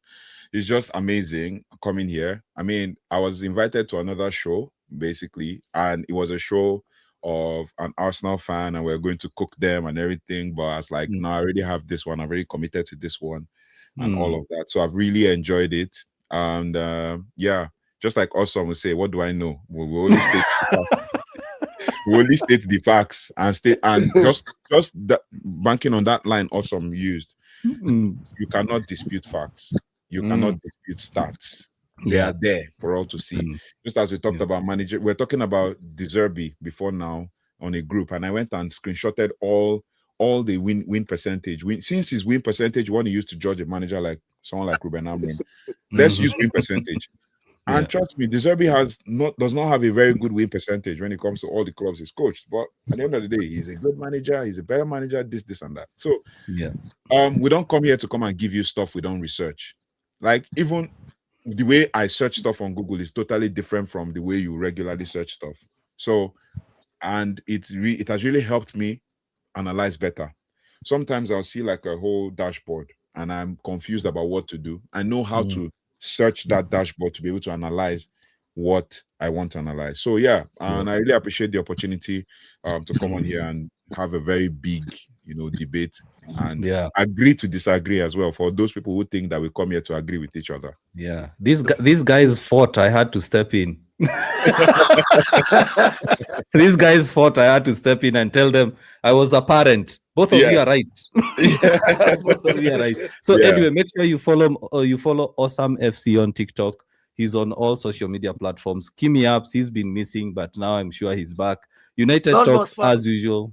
United Talks pod everywhere, man. Yeah, everywhere. Also follow UKG. Nira, we wish you all the best in your exams. Guys, Nira, you'll pass. Don't worry, you're gonna pass. You'll pass. You worry. No, don't worry. Not you worry. Don't worry. Yeah, don't worry. Guys, till next time. Cheers and bye-bye. Thank you. All right.